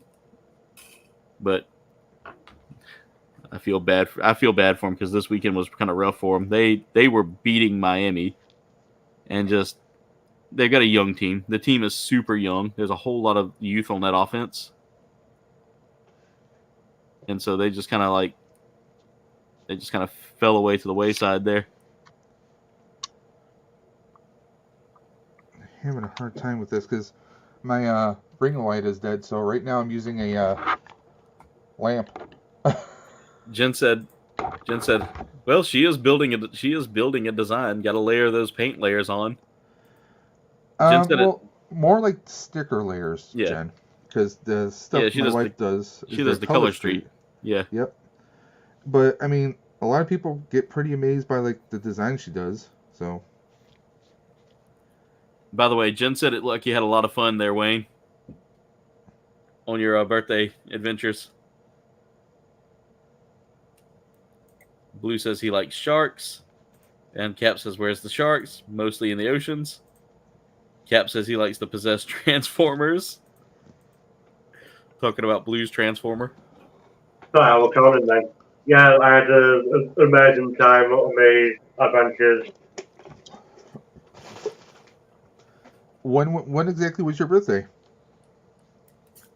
It was last week on the Wednesday, 11th of October. Okay. Okay. I'm October 15th, so a couple days before. There's a whole lot of October birthdays in this community too, which is yes. really cool. Like just to know that we've got a birthday list now of all of our community members. Like Jen keeps up with that so much, and it's so funny to hear to hear her go, oh yeah, by the way, just remember so and so's birthday is this one. She's the den mother of the group. Oh yeah, she keeps up with everybody's birthdays, everybody's like everybody's anniversaries. So she's already told me, she's like, just remember, at the end of the month, Dwayne and Stevie's anniversary is coming up for Destination Stone. And I was like, yep, I know. I talked to Dwayne and Steve. I talked to Dwayne a lot. Like I don't talk to Stevie as much because she's always so busy. But I'll tell you right now, I enjoy hanging out with them when we can. I always feel like I don't want to interrupt Stevie if she's working on something. Oh, not a game. I mean, they do a great job with their editing. They do. They do. The little hand thing they do. I'm like, I don't even know how to exactly time that just right. Yeah. I've been with them. They're awesome. They're genuine. I mean, that's why they're.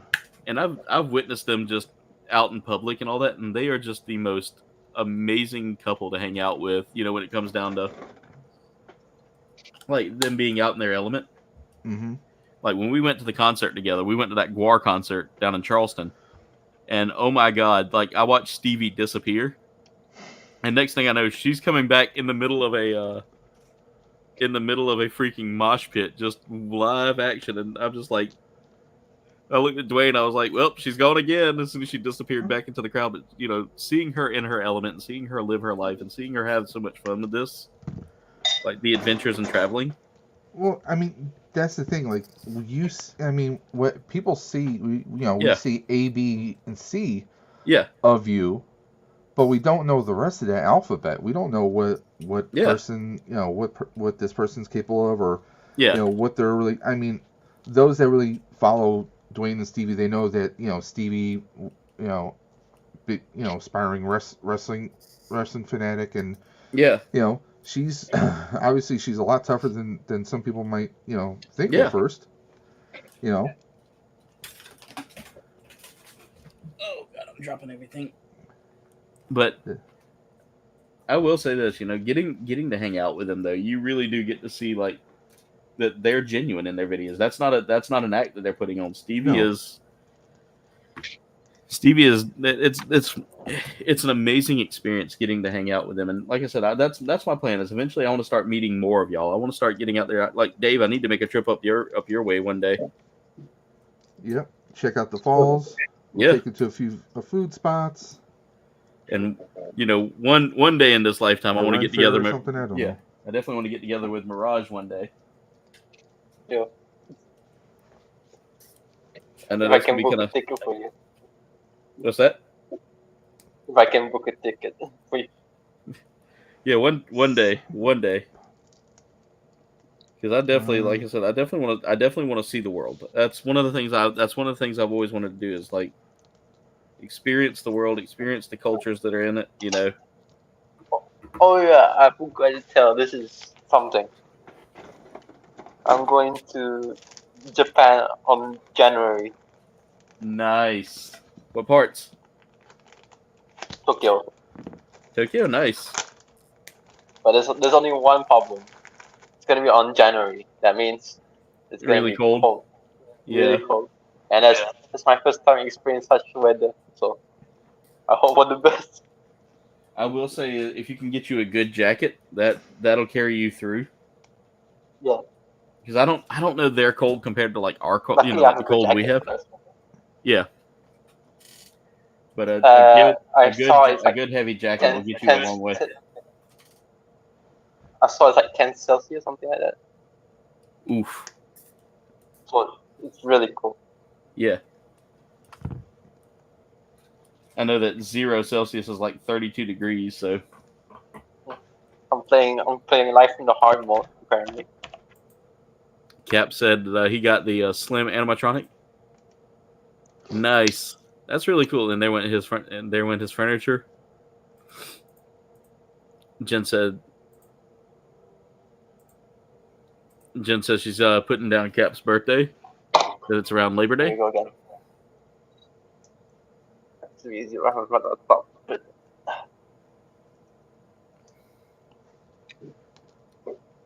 So this time I need to put this like that.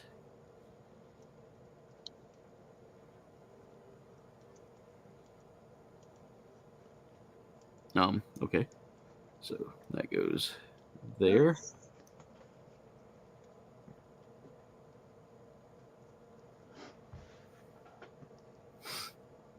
And then this goes. Yeah. Yeah, this is like the fun part of the build for me here. Is trying to figure it out just enough to get everything in the right spots.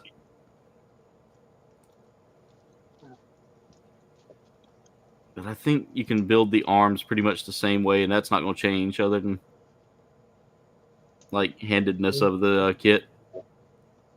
There we go.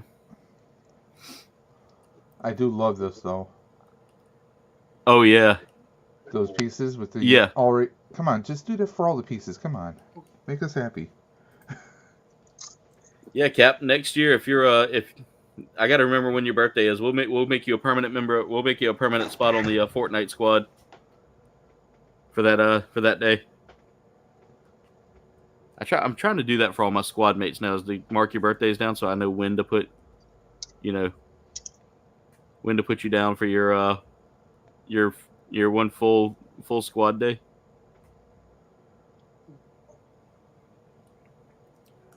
All right, I'm gonna go ahead and put that head on as well because I want to go ahead and get like parts put together here so that way. Oh, that went on perfect too. Oh no. That wasn't good. Yeah, I went to like move it and it fell out of my hand and started rolling and it landed on its head and I was like, no, don't you do it. Because you know what happens when it lands on its head? The V-fin breaks. And luckily, that's a very big luckily, everything stayed in place. Because I'm working on trying to get the torso and all that together.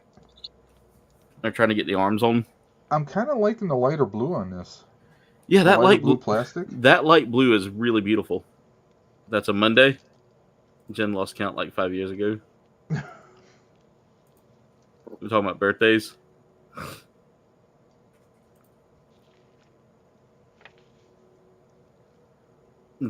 Jen's talking about her birthday. Yeah, we've got 3 more years. Jen will be the birthday. She is July 9th. Okay. Yep. She's one of those July's people, so. Yep. She's a Cancer. Not that one. Yeah, she's a July Cancer, and I'm a December Sagittarius. I looked at a list the other day. It had a list of like everything that all the people you shouldn't date. And it said like a December Sagittarius, a July Cancer. Well, here's the irony. Me and my wife, okay, I'm a Libra, she's a Taurus. Yeah. And my best friends there, now her best friends, they're the same. Libra Really? and Taurus. My wife and her now new bestie is like, they're literally like 3 days apart from each other. Yeah. Her husband and I are like 3 days apart from each other. So it's kind of funny how things work out. See, you want to hear something funny, Dave? Speaking of stuff like that. So my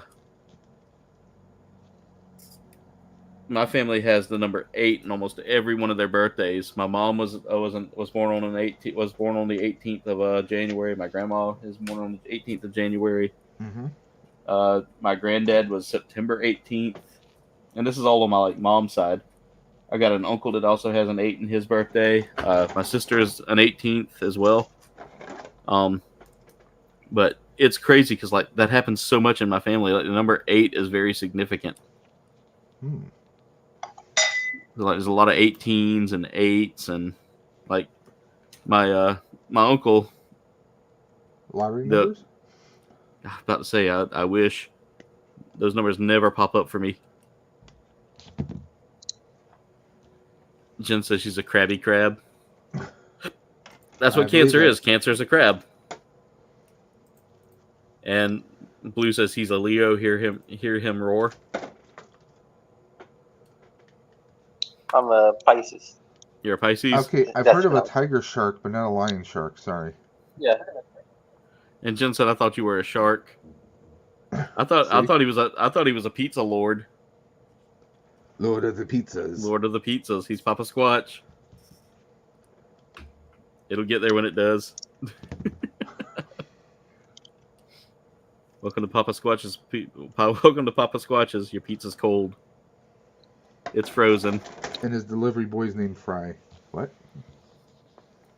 Have you seen the reboot of it? No, I haven't.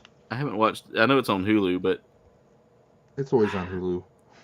After the first season, after the first run of it, I didn't watch the second run. I didn't watch the second run either because I felt like the first run ended kind of perfectly. Yeah.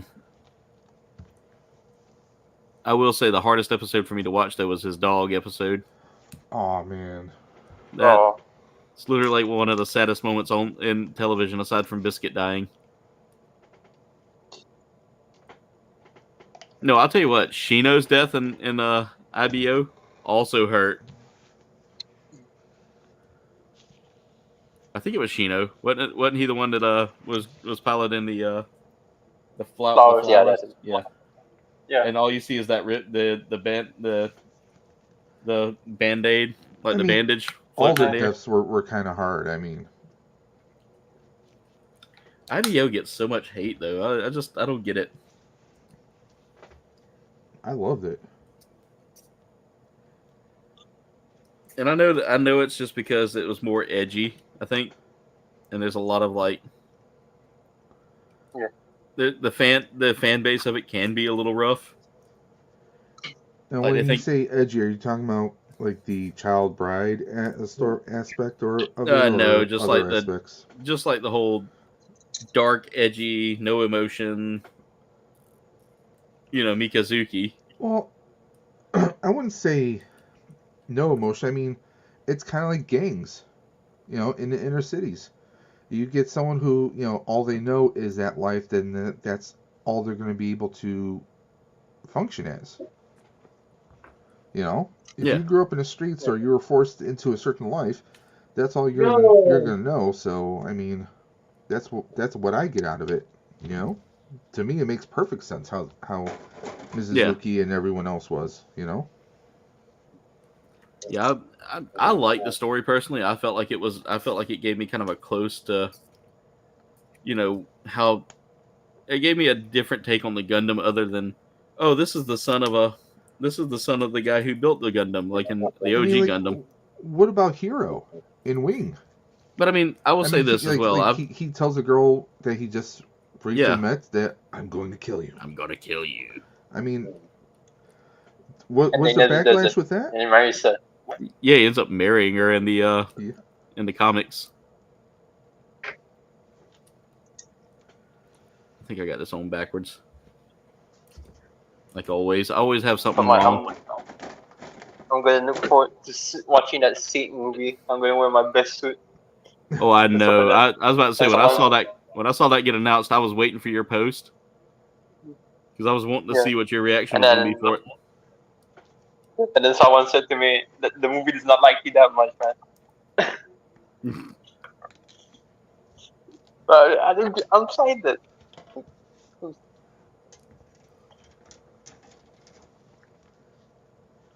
Oh yeah. Speaking about the movie, you seen the leaks, right? The one, Oh no, I've been ignoring all them because I don't know if I'm ready for. I don't mean the movie leaks. No. I mean the metaverse. They Oh got God, all yes, the kids like yes, yeah, they got leaked and and then then one that was the Rising Freedom that's gonna be released next year. Yeah. I think you know what to print them. I think I've been putting together parts from like early and middle type. I hope I'm following middle type. But if not, I have Otherwise, probably it's going to be spare part day. Oh, this thing is going to be like. Oh, wait a minute. I would say you have to, if you're making changes, I would say that you have to stick to one mostly. Yeah. Because making changes is going to be hard. Yeah, I plan on just sticking to one, but I was looking at it like, wait a minute, did I just accidentally build like early type and middle type parts on this? But I think I've stuck mostly to middle type because that was the one we had talked about.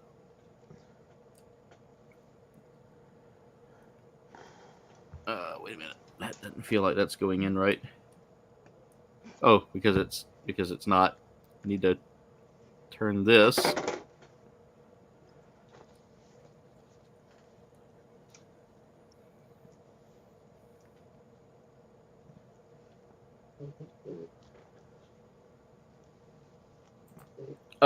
Cap, I really don't have a problem with people streaming like their viewpoint of it. It's just like recording my viewpoint is where I get a little frustrated with it. I will say I've had people before come in and like just start like streaming the same time. As long as they communicate with me, hey, I'm gonna be streaming as well. Is that okay? That's fine, but don't get in there and just like, you know, I don't like when people get in there and like blindside me with a stream when they start streaming and being like, hey everyone, I've had that happen, and I immediately was like, all right, I'm swapping up squads. I'm rotating squads. Yep. Because as long as you communicate, hey, can I stream as well? You know, before my stream, you know, don't pop it up in the middle of it. Because I don't know how YouTube I know YouTube can be like a finicky beast when it comes to certain things. And like they might consider it copyright in a way. Yeah, they might decide to come after me for something, or you know, try to say that my footage matches up with, you know, another streamer's footage. So I get real cautious about it. But aside from that, I'm okay with like other people streaming the same time I do.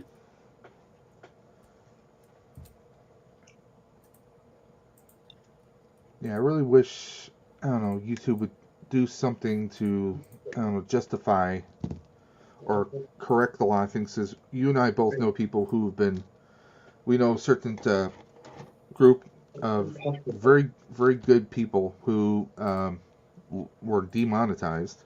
Yeah. And I mean, they always present a great content, and for some reason, YouTube just made them demonetized without actually saying specifically what it was. Yeah. So I mean, there's a lot of things I don't get. Like, well, here's a question. You might be able to answer a question I have. Yes. Okay, now I did a video of me and my wife and my teammate on our way to New York City Comic Con. Yeah. We rode in the Ecto 1. Now, technically, I use copyright music. Okay? Mm-hmm. And I know, it says that, there is a copyright claim on it, but it would never be used for cannot be used for monetization. Yeah. It's not a strike. I get that, but does that count towards views? So it won't hurt your viewership of the video. They can either censor the video if they feel like it, or they'll just take like a portion of the money, if not all of the money.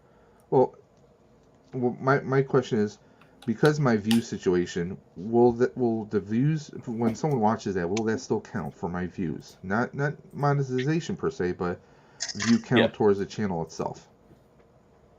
Shouldn't hurt. It shouldn't hurt you. It shouldn't. Is a copyright claim is different than a strike. So as long as you're getting hit with a claim, the claim is a lot of music groups do push claims a little bit better. They push claims because they want you to still put it out there. But well, the song I used was Bobby Brown, an instrumental version of Bobby Brown's "On Our Own." Because I'm writing in the Ecto-1. I mean, I have to use a Ghostbusters song. That kind of goes without saying. Yeah. And again, the problem is a lot of times is YouTube is very strict on like what should and shouldn't be used. So that's one of the reasons why I'm like very cautious about what kind of music I use. Like if I can't use the actual Ghostbusters theme or anything like that. Yeah, I mean, the only reason why I said, you know what, I'm just going to do it because it wasn't necessary for the channel itself. It was for my team. Yeah. It was just a really cool video. I'm like, it's a cool concept for us to do. Yeah. And Cap, and if anybody ever has questions about that, y'all can ask me about like, simulcasting and all that, because I'm okay with simulcasting as long as we like plan it ahead of time. I've had people before though hop in and say, "Hey, I'm gonna go ahead and start streaming while we're doing this," because they see one of the reasons I kind of don't like it is because I don't. It's not that I don't like it. Let me rephrase this. Let me rephrase this. One of the reasons why I'm so quick to say, "Hey, let me know ahead of time," is because if I'm streaming the game and you come into the community like, "Hey, I'm streaming as well," that's like basically coming in and saying, "Hey, you shouldn't watch this guy. Come watch me instead." I don't like that. I don't like that. And I'm not saying like, say Dave's doing a stream of, you and Dre are doing the Outer Dimensions podcast. Say y'all are doing your thing, and that I'm cool with y'all doing that if it has to happen the same day as I do mine. But to go into someone's stream and then say, and this is what I'm trying to get to here, and I hope I'm coming across clearly. But to go into someone's stream and say, say like I'm playing Fortnite, and then someone else comes in and goes, "Hey, I'm playing Fortnite too. You should come watch me." Yeah, during the same time. Slot and everything. It's, to me, that's a little more like that's a bit janky right there. Like coming in and saying, "Hey, this channel, this guy's cool and all, and I like watching him, but you should come watch me instead." That, to me, that says you don't respect me enough, and you don't respect my community enough to do something like that. Like I wouldn't say no to ever like say if me and Berserker were playing the same game at the same time, or say the community in general, like all of us were playing Fortnite, and like Blue wanted to stream it, and I would be okay with a simulcast because everybody's going. That helps us all grow. It's all everybody getting eyes on everybody. Yeah. But what I don't like, and I've had this happen before, is I would be streaming the game, and a player who I used to allow to play with me, I no longer allow to play with me because of,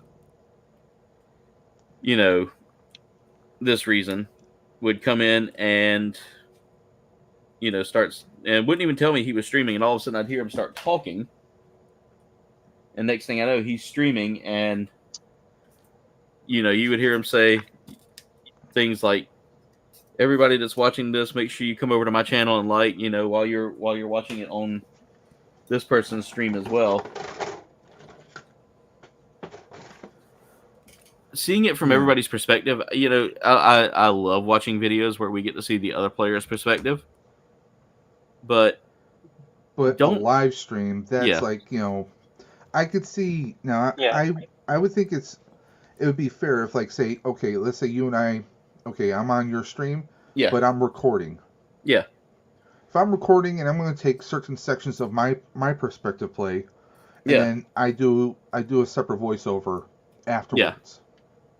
That, I think, is a fair way to go about it. But like you said, if someone is basically saying, "Oh, do this," and "Oh, don't forget to come over, you know, subscribe," thank you, Cap. That takes away, because they're on the voice chat, which carries over to your feed. Yeah. And that's just it's sniping. It's disrespectful. And by the way, Duff just dropped us a dab party. This is why I also like using OBS, because I can just hit that right away. Thank you, Duff, for the dab party. Keeping the dabs alive. Thank you all so much for keeping the dabs alive, guys. You guys are phenomenal for that. But yeah, Dave. And I remember, you know the. I don't want. He who will not be named. Was that you, Wayne, or was that you, Mirage? I heard the grunt, and I didn't know who was doing it. Oh, that's me. I've been just sitting up for a long time, and then, you know. Yeah. After Will's wedding yesterday, I was done. Like, I couldn't hardly move my shoulder. Like, I have I've got a messed up shoulder. I've told. Yeah, you mentioned that in your video earlier. Yeah. And that definitely plays a part in me, like, pulling parts off of figures as well. Like, I have no strength in that arm whenever that happens. But I will say that was probably one of the hardest things for me with that figure, was that the joints weren't exactly like easy to get off of the figure. Okay. Which, I mean, it's a solid figure. It's just, and on top of that, I tried to put the boots on his feet, but I struggled with it so much. I was like, I'm not showing that. You know, it's not out of pride, but out of, like, nobody wants to watch me, you know, struggle with it.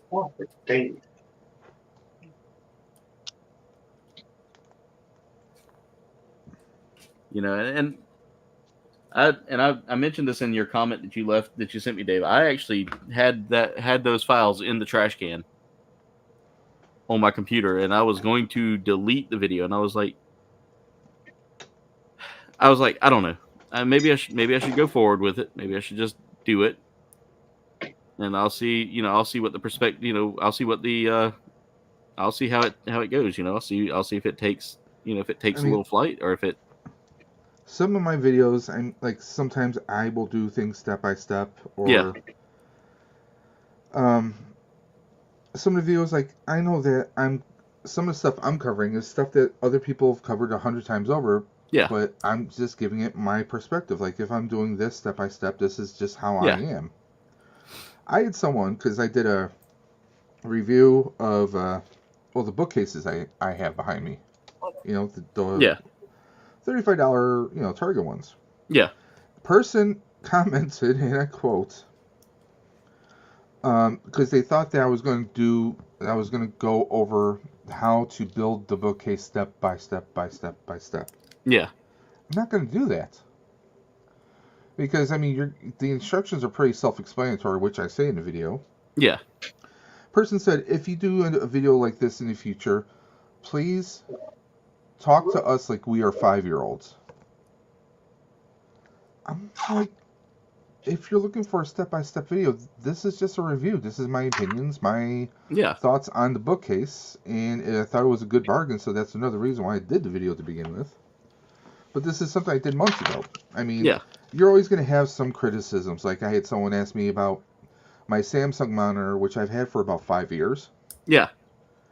And they're like, oh, well, you did a video about it. Like, oh, is this good for this kind of gameplay? Or this? It's a 5-year-old monitor. Yeah. I mean, I didn't say it in the comments section, but I mean, it's like, I mean, I don't work for Samsung. I can't give you all the specs about it. I can say, the unboxing, what I thought about it, and, Yeah. it does well for my purposes, but if you're looking for a gaming monitor, you need to go somewhere else. Yeah, and I'll tell people right away, like, if they start asking me questions about, like, an action figure, because that's not my forte. I just did the reviews because I liked collecting, and I wanted to show off my collection. Mm-hmm. And they'll say, well, you didn't really touch base on this about the action figure or that about the action figure. And I'm like, yeah, I'm not a reviewer. I don't do, I'm not a bro. Yeah, I'm just here to show it off and tell you what I think about it. That's my review. We are Joe averages who work full-time jobs. Yeah. We have families, we have wives, or we have significant others. Yeah. We come home, and then we spend our time doing live streams or doing these videos.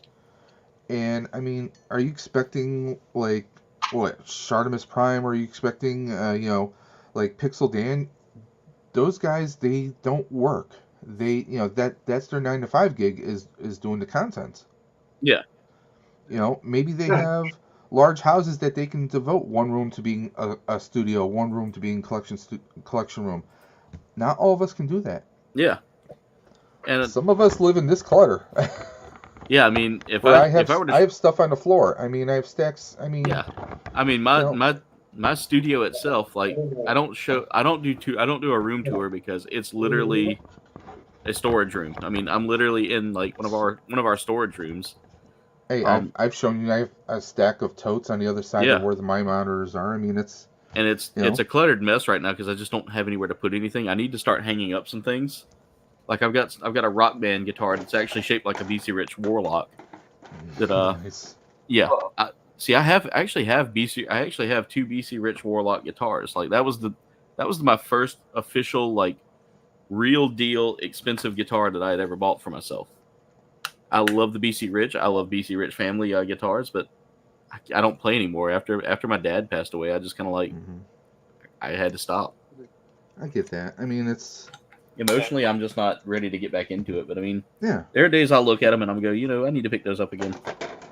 And I think once we move and once I can kind of figure out some logistics on maybe getting like a storage building over there that I can turn into an office, that may be my next bet. I just thought about something. Uh-oh. He's thinking. I put my phone... Oh, my phone's right here in front of me. There we go. I was like... I was wondering where it was. But, I mean, personally, my personal thing about it is... Yeah. I think, at least in my heart of hearts... Yeah. That anyone who's tuning in, that they would appreciate Joe Average. They appreciate Unpolished because it's real. It's not like a lot of people say, you should have a script. I never do a script. Everything's on the friggin' fly. Yeah, I mean, that's the thing. I might do one or two takes if I, flub a word, but I mean, I think you get more respect, or people might appreciate more realism because you're being honest. You're not being fake. Let's be honest, there's a lot of fake people out there. Yeah, I've seen a lot of fake out there. I've seen a ton of fake out there. But I mean, like, I've seen, like, the first channel I was with, and I mean, I don't talk about it a lot. I really don't. Just because, out of respect for my former co-host, I don't want to make it sound like it was a, oh my God, the worst experience of my life, but it wasn't necessarily ideal, and it wasn't. Things didn't work out. Things didn't work out for the reason they didn't work out, and I tell people all the time, if they'd have worked out, it would have been, I'd have been like, it'd have been another channel like Game Grumps or something like that. We would have probably had a lot of fun, but life really kind of made things hard to begin with. The job I was working for didn't really allot me a lot of free time. And I moved into a Monday to Friday shift, so I couldn't really go out there and do that.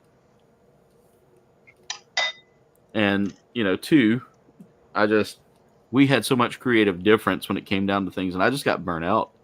I legit got burnt out doing what we were doing. And so I took a step back, and after the local con that we had worked, we did a Smash Bros tournament there. Okay. I actually did the play-by-play for it, and as we're doing the play-by-play, I noticed that my partner at the time had he kind of disappeared on me, and I was like, that's not. I was like, that's not cool. He would come back and do the play-by-play, and then he would disappear again. And so, again, like I said, no hard feelings, and I'm over it. I got over it after, me and him talked about it once, but it kind of wanted to be an "it is what it is" kind of deal. It became an "it is what it is" exactly. There were some things that were done and said, and all of that stuff that just, I know deep down that we probably didn't communicate properly to each other.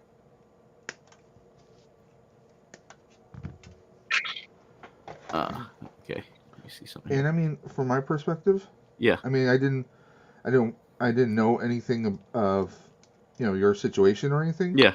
But we see a lot of that in our community with people who partner up. If there's no communication. Yeah. I mean, I'm not saying names. No. Yeah. But I've seen people who no longer work with each other anymore. Yeah. And they're trying to start partnerships up with other people, but they're repeating the same mistakes. Yeah. And I mean, like, let's see here. Cap said, yeah, I see that. I agree, KBG. That's a dirtbag. Talking about earlier, whenever you, getting people to jump over to other streams as you're, like, sitting there streaming. And then now they're talking about what their rooms are. Like, Blue says his dining room is his man cave.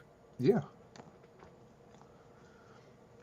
And then he said, and Cap was right that he said the same thing. I think the key here is to communicate with you the way before, if not days, to make sure guidelines are clear. Exactly, exactly. Jen says her station's the couch. Duff says, Wayne, looks like you need some tweezers for what you're working on there. Oh, he's definitely using them. And Duff responded, oh, yeah, he has some. But, yeah, I mean, in the long run, Dave, I mean, like, partnering up it's nice if you can find someone that you can mesh with and build with. Like, I mean, I know you and Dre work well together. And, I will say this, like, looking at what you said, seeing some people partner together and all that. A lot of times you got to watch who you partner with, because sometimes they'll hop on the bandwagon and ride it just because you're kind of entertaining. So therefore, if you're entertaining, then they feel like they can ride that coattail and build off of you. Yeah. And I mean, I don't get that with you guys. That's why I hold this Gunpla Hangar, is because I want you guys here to have fun,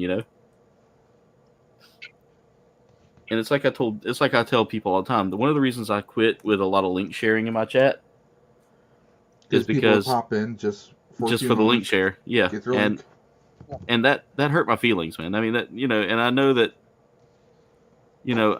that we're all here respectably to support each other and all that, but if you're going to pop in just for the link shares, then why even pop in? I mean, I know that sounds selfish and rude and all that for me to say, but I mean, you could say that from one perspective. Oh, he's saying because people just no.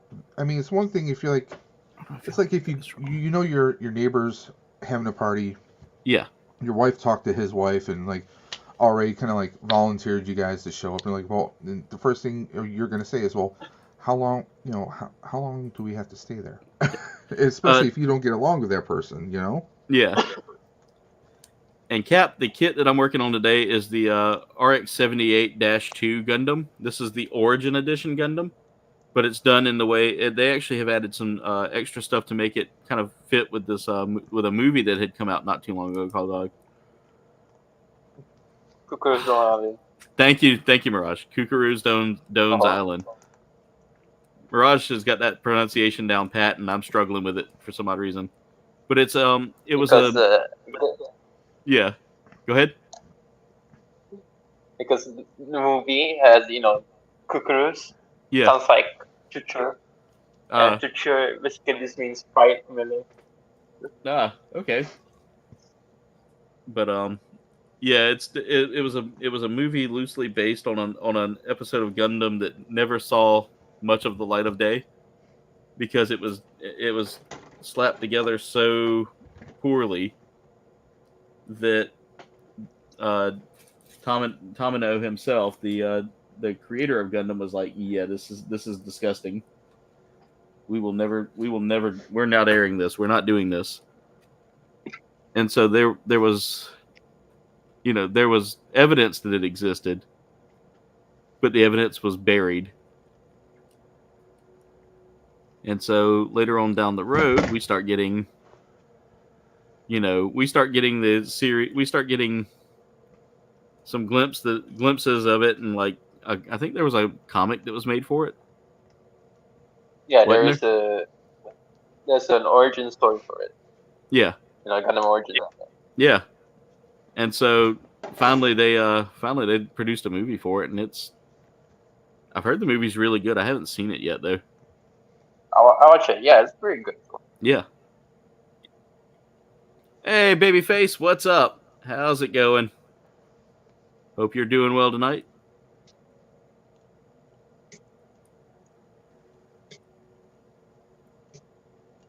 All right, so I've got this all put together now. I've got that ball joint put together there. That was actually a fun part of the build. I've got some fun work. I've got some fun tomorrow. I got to go do a repair job over at one of the other office we have. I'm doing maintenance tomorrow at some point. As soon as I get done talking to my manager, I'll probably just run. I'll probably get everything together, run out there, and see what I can. Not unless they're going to send me some stuff to work with. They're supposed to send me ceiling tiles at some point so I can replace like 11 ceiling tiles in that building. Oh, is that all? So the ceiling tile work shouldn't be too difficult, although I really wish I had a different ladder. The ladder we have is just, it scares me, man. It's one of those little thin aluminum ones. And it's rated for 225. Like, weight. Yes. I'm 250. So I really shouldn't be on it, but I don't think that... Well, if anything happens... Yeah, if anything happens, you guys will... yeah.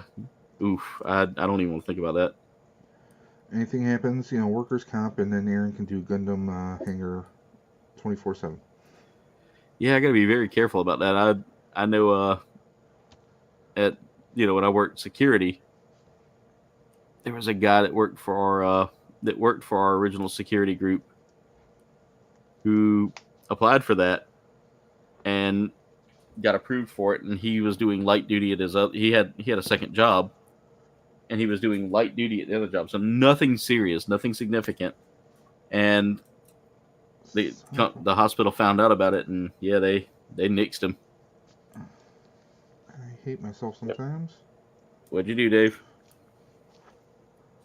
This should be flipped. Yeah.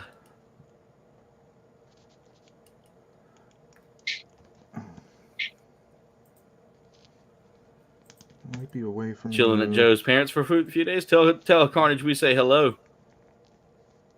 You did lose some and putting up a little bit. Nice. Babyface, are you playing around on Newgrounds? Because I used to live on Newgrounds, brother. That was my website back then. Wasn't nothing to go on there during drafting class, Used to go to occasionally. Yeah, that's where I one of the first games I ever played on there was Alien Hominid. Oh yeah, that one. I used to no-life Alien Hominid on there. That was back when Flash games were just really. What's that? That one aging. That one aging game on it. Oh yeah, you talking about Pico's? Yeah, Pico's. Yeah, Pico. I think it was called Pico's School. Yeah. Ooh, I almost lost a tiny piece and I watched it land. I saw it bounce, and it bounced just the way I needed it to. So that just saved me some heartache.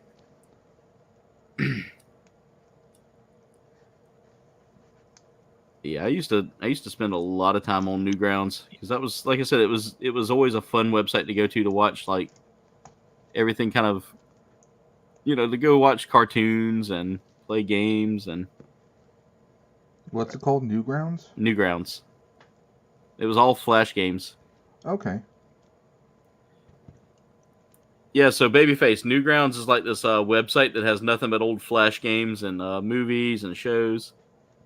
I used to find a lot of music on there too. Like one of the first groups I ever got into that was like a techno cyber group was a group called Inomine. Espírito Santo? Yeah, so the music actually used like a lot of Latin or like Catholic yeah, like a lot of Catholic ritual music. Like was this, like, Enigma? Not quite. But they had some great songs, including Der Prophet. They're a German group. But the song Der Prophet was really one of my favorites. Like, I got into that so much, man. It hit so hard. And then they became Rammstein. Oh, no. If Rammstein ever wrote Christian music, like, music themed after Christianity, it would be the world would be done. Because Till Lindemann is very much like, he'll tell you real quick. He's not religious at all.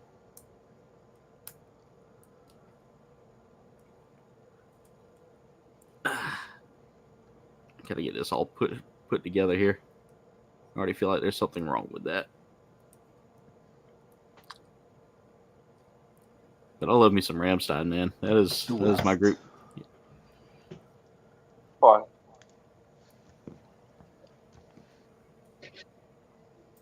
Hey, Carnage. How's it going? Hope you had a great birthday, brother. By the way, guys, we are now sitting at 25 likes. We are 5 likes away from 30 likes.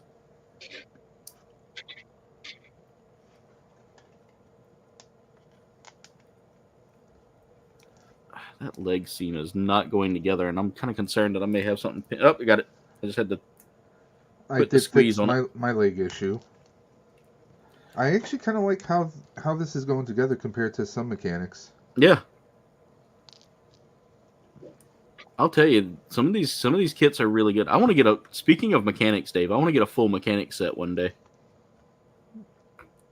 I do not have one of those, and that's one of the ones I want to pick up. The FM kits. Mm-hmm. They are...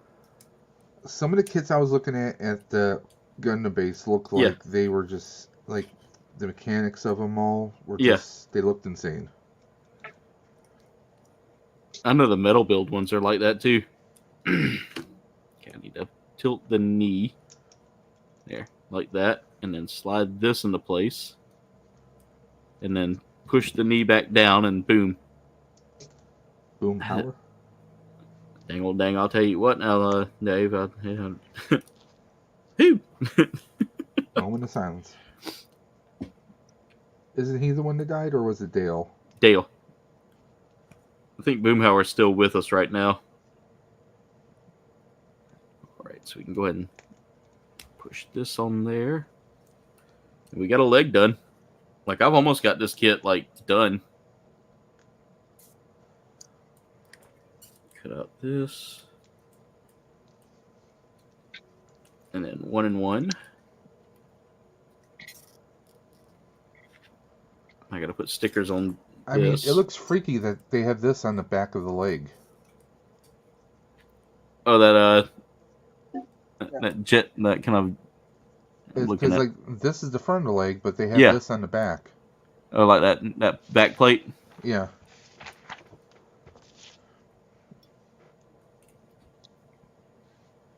Yeah, that throws me off sometimes with some of these designs. Like, it gets a little interesting. You would think that would be like the knee, but it's not. It's the back of the leg.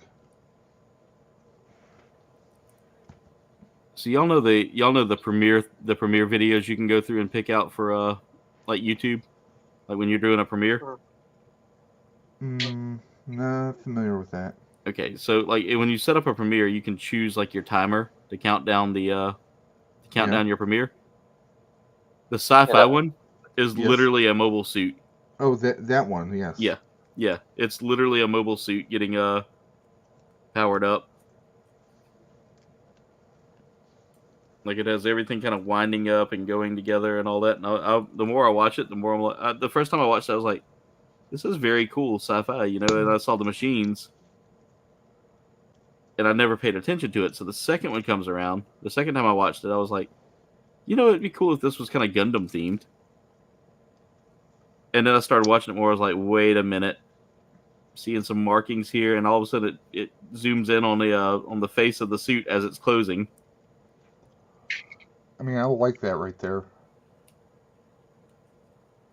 That leg? I mean, that's just, it doesn't look like a normal, you know. Yeah.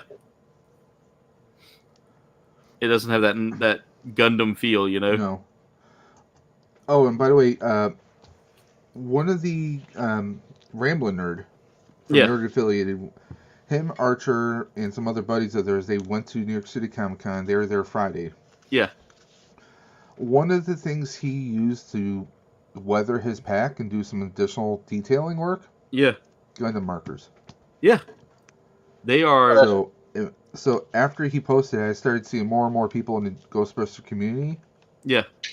Posting that they're buying Gundam paneling pens now, so they can do. I mean, some spots look good. Yeah. But others, you know, panel marker by itself isn't going to do it justice. But it's kind of nice to see that they're going to reach out to other hobbies, but also, hey, I'm going to look at let me look at what are these markers used for, and then they it might help grow the fandom or the hobby a little bit. Yeah. Well, if it does, send them my way. Yes, sir.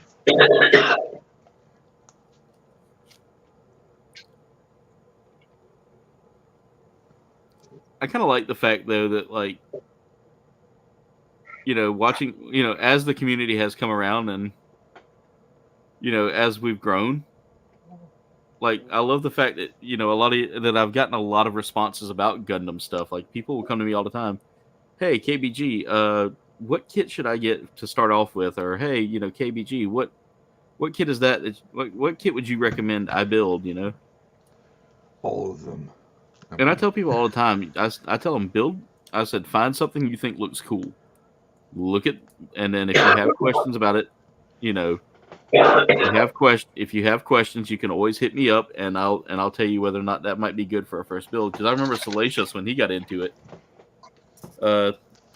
When he did his first build, he decided to go with a real grade, and I was like, ooh, I haven't touched a real grade before, so let me do this in solidarity with him. So I went and got a real grade kit. I had a real grade kit sitting around that I had accidentally picked up, and I was like, you know what, we're building it. So I built I did a Zaku too. That's right. I knew I had a Zaku, I just couldn't remember. I did the Zaku, and then after that I was like, you know what, I'm gonna do the Gundam Titan. So I built the Titans Gundam next, and that took me a long time. That took me a while to build.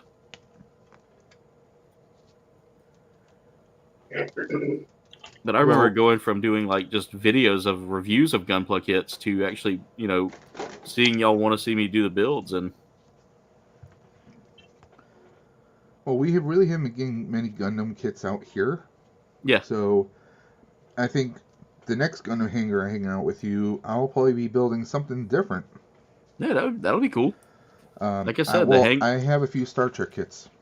Yeah, I've got one as well. You know what? I could break one of those out. I have the NX-01. Yeah. From the Scott Bakula Star Trek Enterprise. Yeah. And then I also want to do the Enterprise from Discovery and from Strange New Worlds. Ooh. Because I love the look of that ship. Yeah. I think I'm just going to paint everything first before I actually do the assembly, though. Nice, baby face. Mafex Harley Quinn, wow. Yeah. Haven't messed around with Mafex. I hadn't either. I don't get too... I know Dre's into Mafex. Yeah. Right, that's that side. God, so... Oh no, what happened, Wayne? Oh god.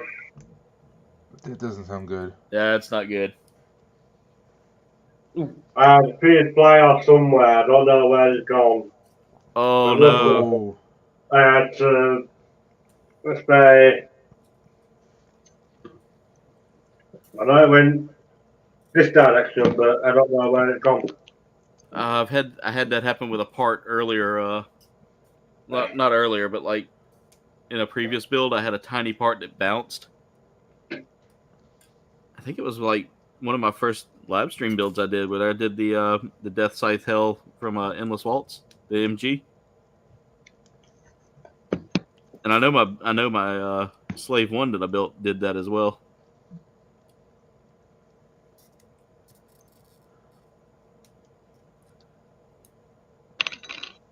I'll find it later.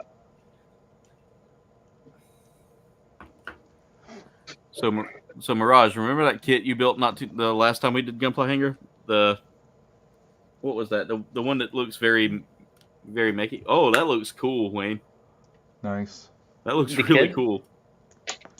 That's good though. There's no vehicle. Yeah, I just watched one of them jump off. It went straight forward. So, what was the name of that kit? Was it the Sin Duality or something like that? The yoga, yeah. Yeah, the ogre. There we go. Yeah, so I ended up seeing one of those the other day on New Type. I was tempted. I was tempted, and I had to Yeah. Get away from the temptation there. Was Jen looking over your But shoulder? I do recommend it at least. No, I had some other things I had to get. I'm working on a costume for the Halloween party right now. Or for Halloween at work. Oh, that sounds fun. What were you dressing up as? So I was gonna do my Hogwarts cosplay that day, Darth Colbane. but no, I'm actually I'm utilizing that part of the Darth Coldbane costume. I'm utilizing it for the Ren Fair this weekend coming up. But I'm gonna be doing I feel like I may have built something wrong there. No, I built that right.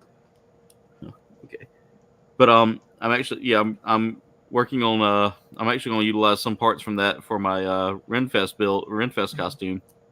And I'm using that executioner blade I picked up.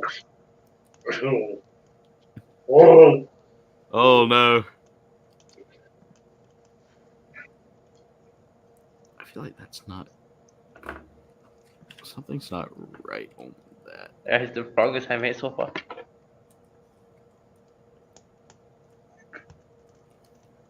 Oh, that's coming along really good there, Mirage. Yep. I gotta look at But this. I'm gonna take a break though. Yeah, I gotta look at this part that I'm putting together here now. But yeah, Dave, I'm working on getting stuff together to be Milton Wadhams from Office Space. I even bought a red swing line stapler, and I have a lighter that I'm gonna hold up. I'm gonna do one more section, and then I'm gonna end it there. You gonna take a break from it? I'm gonna do one more section.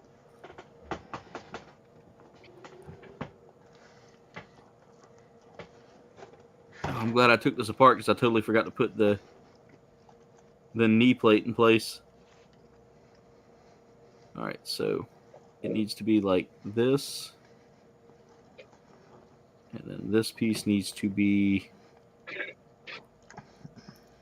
here, maybe. I gotta look and see how this is supposed to go. So the T section is supposed to face out that way.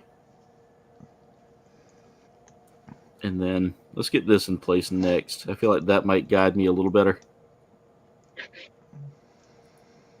And give me the idea of where I need to put this piece. Well, the Star Trek kit I told you about? Yeah. The Enterprise from Strange New Worlds? Yeah. Ollie's has it for $12.99. That's not bad. No, it's not, because the kit goes for a lot more. Now, is that one going to require glue or? Yeah, it would. I think it requires glue in certain spots. Okay, because I've got an Enterprise kit that is that has been tempting me for a bit, and Which I'm one? trying the Enterprise from Next Generation. Oh, the Enterprise D. Okay. Yeah, so that's got Polar a big. lights or This one's got this one's got stickers and tons of water slide decals. So well, Polar Lights is a brand. oh yeah, Polar Lights. Sorry, yeah, it's a Polar Lights one. Yeah, Okay. sorry. I thought you said the one with lights, and I'm going deaf. Well, years ago I actually did DS9, Oh, that's cool. but I didn't do it 100% because Yeah. it would have required to kind of like use a very, very, very, very, very fine drill to create the holes for all the little fiber optic lights to go into. Yeah. Yeah, that was never going to happen. There we go. I used to have all the ships. I had Voyager, I had everything, but I hated doing the Aztec water slides. Yeah. Because that's what they call it, the Aztec patterns that go all over the tiling. Yeah. I always hated that. Because they're, with my coordination, there's no way I'm doing it. Babyface, who's winning that one right now? I actually have a player that I like to follow from Miami. Oh, I was going to say go fly Eagles fly. I don't like I said, I don't really have a pro team there, so I tend to follow just where certain college players go. Like Christian Wilkins. I used to love watching him play, man. That dude's a big goofball.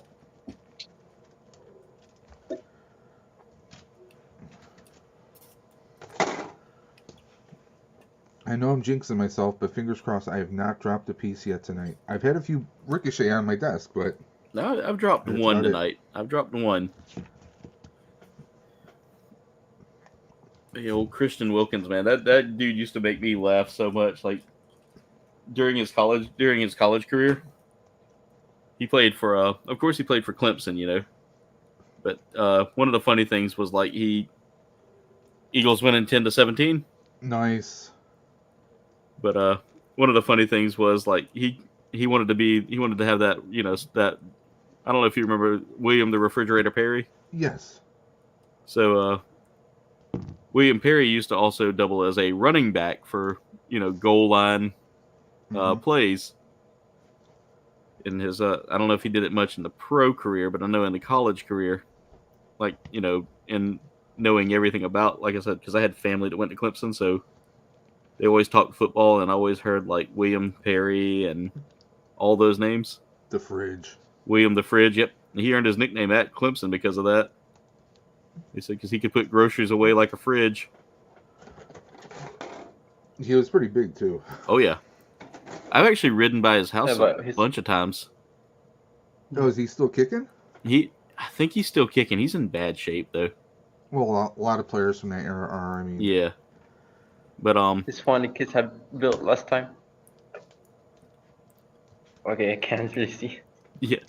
I was about to say, which one was that one? Wait, there we go. So I can't really hear that much because my earphones are not working. The low battery, so yeah. Yeah.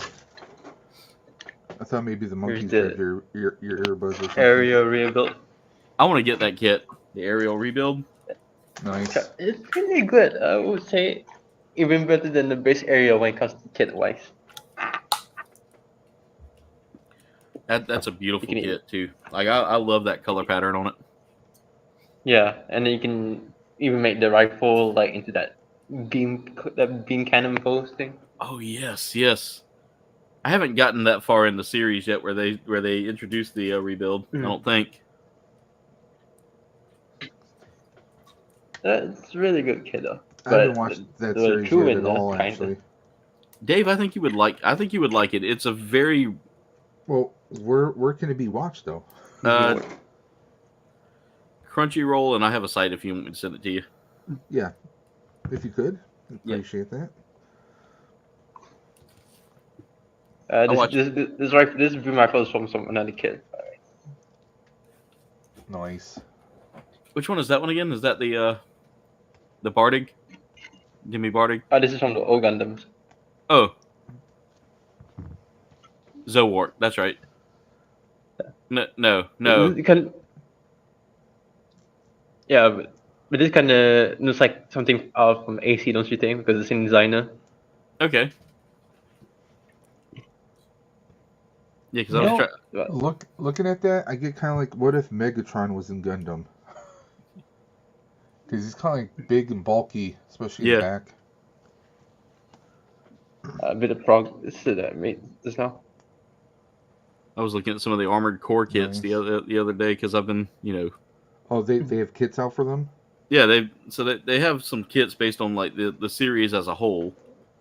But then again, I try not to dive into too many kits that aren't just Gundam anymore, or aren't made by, aren't just. I know it's Kotobukiya that makes it, so it's a good kit. As long as it's not third party, right? As long as it's not one of those the 5-star stories kits ever again. I want to go back and try to I want to go back and try to build that. I really do. Like, I feel bad that I didn't. But after I watched the video Dwayne. Yeah, I went and watched the video that Dwayne sent me again. No. And I realized just the kind of struggle I was about to get in. I should have watched that beforehand and changed up my kit, because the struggle on that kit is real, because it's not well made. Like, the company that made it it's made to be a more intricate build, Okay, I'm really loving these legs right now. On the aerial? I mean, yeah. This is a separate piece. It's just added on, but it doesn't even look like it was a separate piece, really. And it doesn't feel too loose. Everything feels pretty stable. Yeah. Pretty solid. So we got 2 arms, upper torso, head, and legs now built. Oh yeah, Cobain? Yes. I think I'm gonna go right now because I need to take a rest for some time. Okay, yeah. Well, Mirage, it was great having you on here. You got anything planned for the week? Just post up as usual, that's about it. All right. And nothing out of the ordinary, and just focus on college as well. Awesome. Well, guys, if y'all ever want to check out Mirage's fun works, just head over to Facebook and check out that link right there. Again, that link right there that's underneath this profile picture, that's where you can find Mirage posting all kinds of mecha stuff. But, brother, thank you for being here tonight. Be safe, and we'll see you next week, probably. No problem. Yeah, I'll show up next week, and then probably my laptop is fixed. All right. Yeah, hopefully. Take care, Mirage. Have a good one, Mirage. Take care, everyone, including you too. Yeah. Good night, Mirage. And that's our Brunei brother, guys. If you haven't checked out Mirage, like I said, the link for him was up there. Miami just got a pick 6, 17-17. Who's on first? Oh, blue.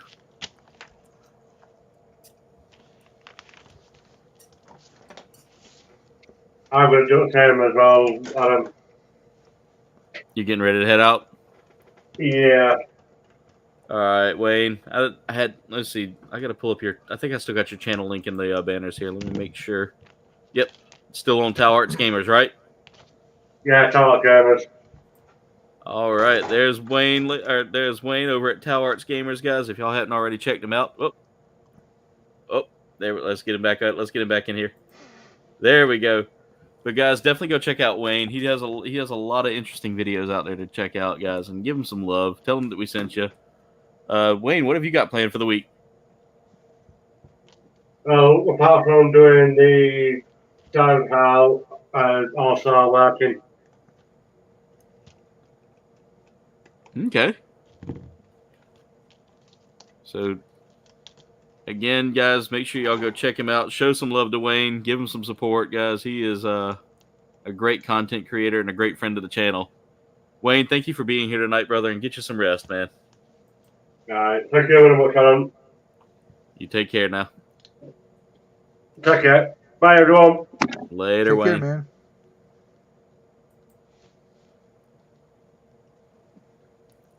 And then there was just the Buffalo Ghostbuster and the young fledgling Ghostbuster. I mean, just wait until you play the rest of the game. Dude, I'm telling you, man. After beating y'all are gonna just see how much fun I had with that Wednesday. It was a ton of fun. I've got I probably got to do my recording Wednesday because we're going out to the Renfest on Saturday. Mm-hmm. Don't plan on. I'll probably be too tired to really sit down and do anything. Like I won't even be able to join Bitterbug on Phasmophobia probably. It's always fun jumping on there and joining with her.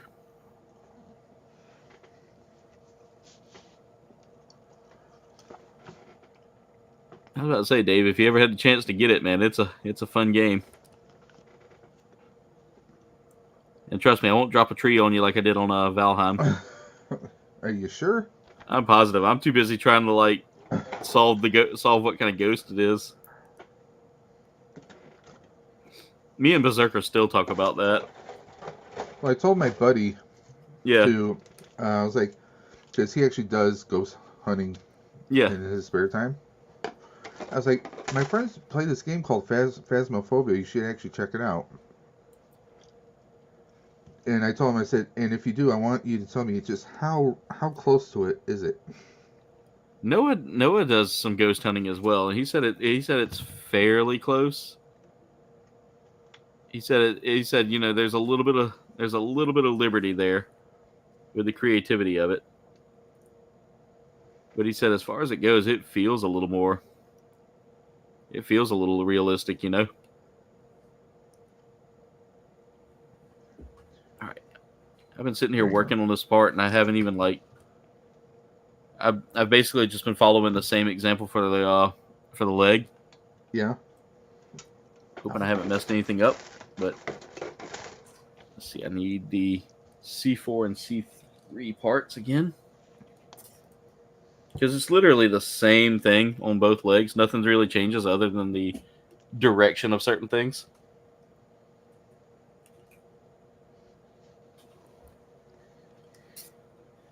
They give me some extra hands here too, so I'm excited to see how those are going to come into play. Now, I'm not going to give you spoilers. Yeah. But one thing, you're going to notice a little bit more into the game. Yeah. You're going to have to do a little bit more problem solving, so to speak. Yeah. And I dig that. I truly enjoy like games that make me kind of like do some puzzle work and trying to figure things out. Like that's why I play a lot of Legends of Zelda games, because I mean, I use a guide, and I admit that in my videos. Like I am very open about the fact that I use guides. I mean, anyone who says that they don't use a guide, they're lying. Let's be honest. You think it's time for your YouTube vacation, Blue? Mirage had to go. He's got to get stuff ready together. He's got to get his stuff together for college and stuff. Delete the app. Oh no! What's up? What's up, Blue?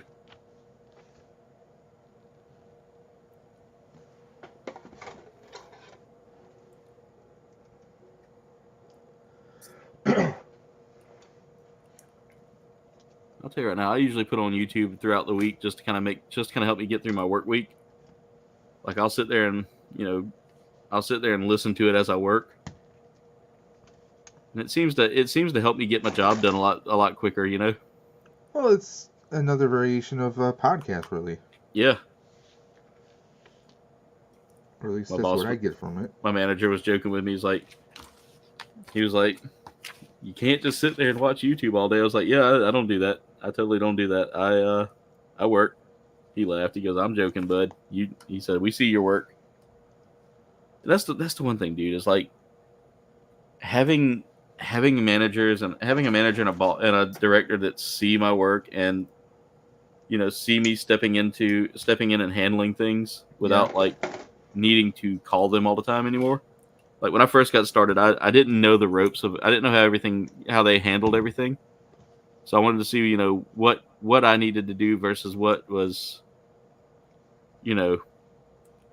something that we did. The things we handled versus the things we didn't handle.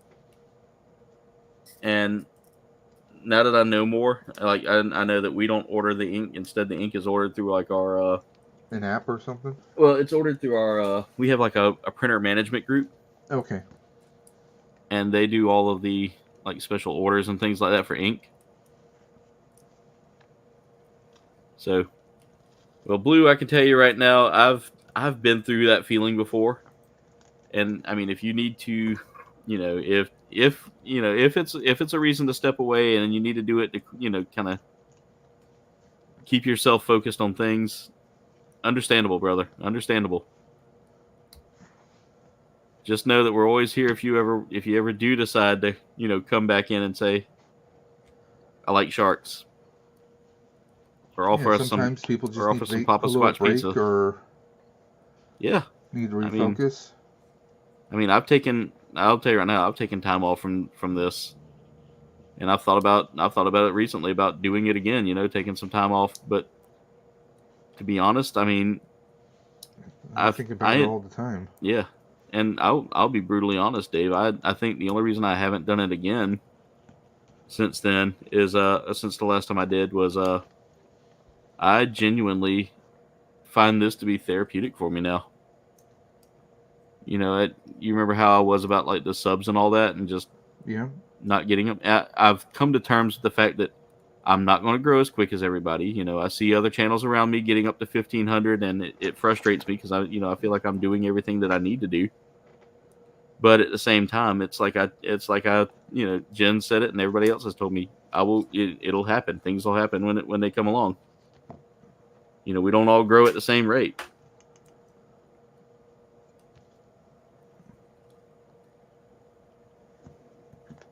And I sat here one time and I looked at everybody growing around me, and I got the feeling like I wasn't good enough, you know?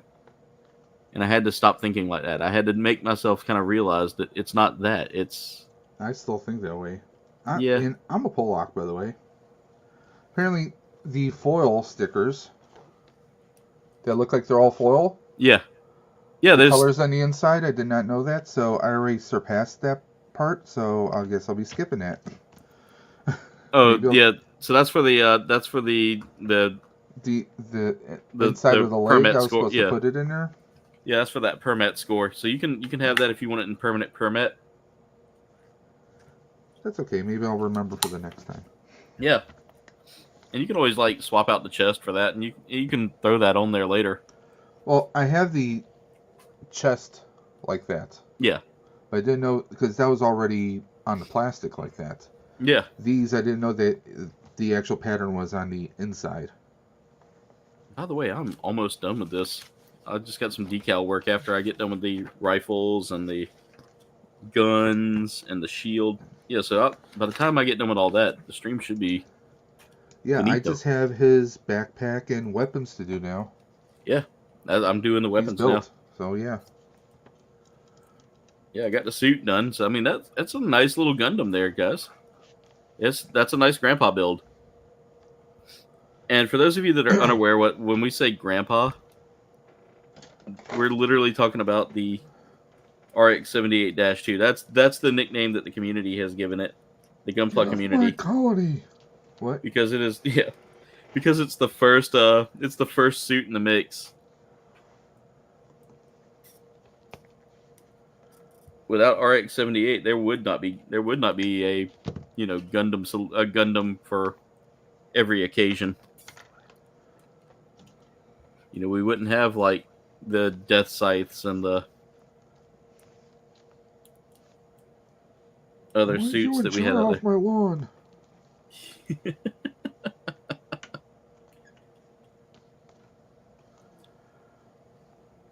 You know, and hearing the history and all that of the Gundam series, it's always really cool to hear, like, you know, how it came to be.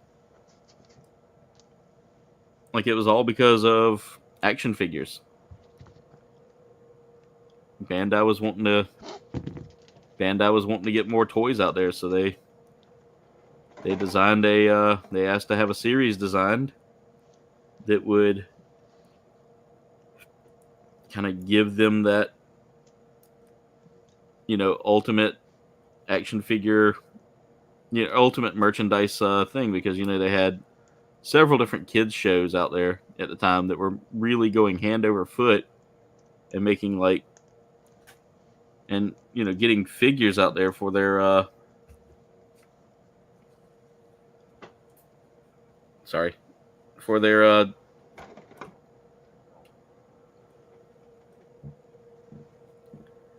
trying to think how to word it, but you know, that's why I said sorry. My brain went stupid for a second. I was like a half hour, 25-minute commercials, basically. Yeah, pretty much. And that was one of the things that you know, Bandai was like, we got to find something to make this, you know, to get this out there so that kids want to buy giant robot toys. And so, you know, Bandai reaches out to Sunrise, who has already had like several like mecha series out there, and we end up getting, you know, they end up getting Tamino involved, who'd already had like one mecha series that was really prominent back then. I can't remember the name of it. Like, I always have a hard time remembering the names of things, especially like from the creators of anime. But he'd already had one series out there that was really, really well done, and that was more geared towards kids. And they wanted Gundam to be geared towards kids, and he was like, I wanted this to be like war as hell, and a reminder of, you know, what World War II was like, but in a sci-fi experience. And so he created Mobile Suit Gundam. And lo and behold, Mobile Suit Gundam does really well. Like, it just surpasses like everything, and more adults were watching it. Adults were really getting into it, and in fact, it actually inspired some of the first like cosplay stuff, because people were dressing up as like Char Aznabel and Sailor Mass and all these other characters that were out there. And I've learned all this from watching, like, you know, these background videos of people discussing, like, you know, how the Gundam series came to be and all that. I know, like, Toy Galaxy does a lot of that kind of stuff. Toy Galaxy's done it. There's been a couple of, like, anime groups that have done it as well. Like, a couple of big Gundam guys, like Kakarot 97, I want to say is his channel name. I can never remember his name, but oh, I got that on wrong. And I can't get it off of there because it's there. Thank God for the pry tool. There we go. And it's not like that truly makes a difference, the little nub that's on there, because it doesn't really need to be there, but it actually helps kind of like move that piece into place so you can lock it onto the waist. But this is a different beam rifle than what I was used to with the Grandpa. I gotta put that sticker on it. Babyface, those figurized kits are amazing. You definitely need to build one at some point. It's definitely a fun build. I built the Piccolo one, and that was probably one of my favorite DBZ builds to date. I've got the Frieza one, and I actually thought about throwing Frieza up as my first build back, but I was like, no, I want to save that for another day, or Cell, because Cell's one of my favorite villains. Which version of Cell? That's the Perfect Cell. Perfect Cell. Have you seen the shorts they've been doing? It's Cell and Kermit the Frog. Oh yeah, Devil Artemis does those. I actually followed him back when he did. You remember Ugandan Knuckles? Yes. Yeah, they actually had him versus Ugandan Knuckles, and Ugandan Knuckles was just constantly, you know, do you know the way? You do not know the way, my brother. And Ugandan Knuckles basically goes Super Saiyan, and Cell's like, no.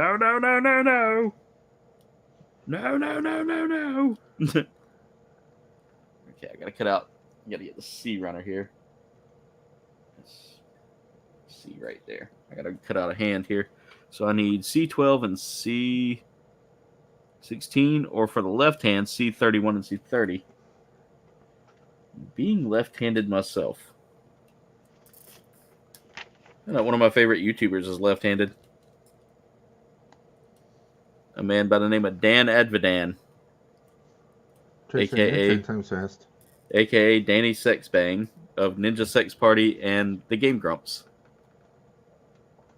he was playing a game, and Aaron, who spells his name Arin, was That like, just doesn't sound natural. it doesn't, but like it's a cool way to spell it. Like I think that's really cool. But Aaron was like, he was like, why are you playing the game left-handed? He goes, or why are you playing with your left hand? He goes, well, Dan, or Dan goes, well, Aaron, I'm left-handed. He goes, really? He goes, dude, we've been hanging out for this long and you just now noticed? They were playing Visage. I don't ever know how to say it. I played the game, but if you ask me to pronounce it, I'm like, there's really multiple ways to pronounce it. Oh, you son of a... But he was like, yeah, I'm left-handed. And I was like, that's cool. This work? Like I said, being left-handed myself, I always find it interesting whenever I hear like a celebrity's left-handed. There you go. We're gonna do left hand for that. We're gonna do left hand for that rifle there. And then I'll put my brother technically is ambidextrous. He bowls both left and right. Yeah. But if you're in like actual tournaments, you have to declare which hand you're going to use, and you can only do with that hand. Really? Yeah. That's interesting. That's the early type beam rifle that I just built. And now we're working on the middle type beam rifle, which takes E4, which I've already cut out.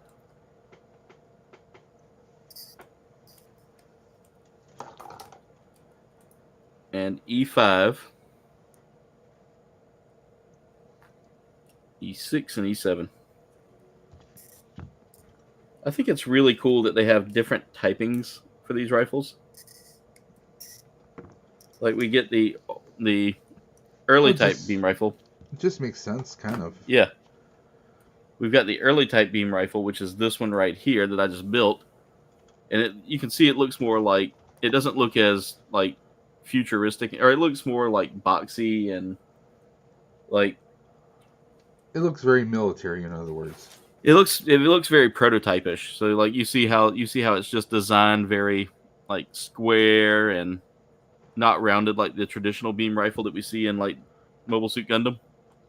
Well, the different types you just spouted off. Yeah. Like E6, E7. Yeah. Those are military ranks. Yeah.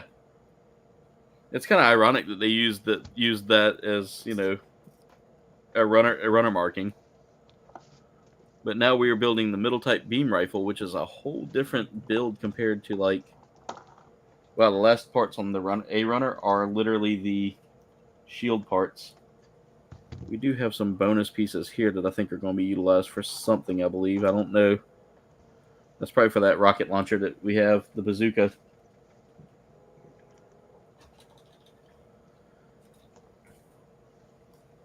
All right, and now we can take this off. And we're done with the B2 runner. Let's put all this together now. So I need to take this piece here, slide these two pieces together.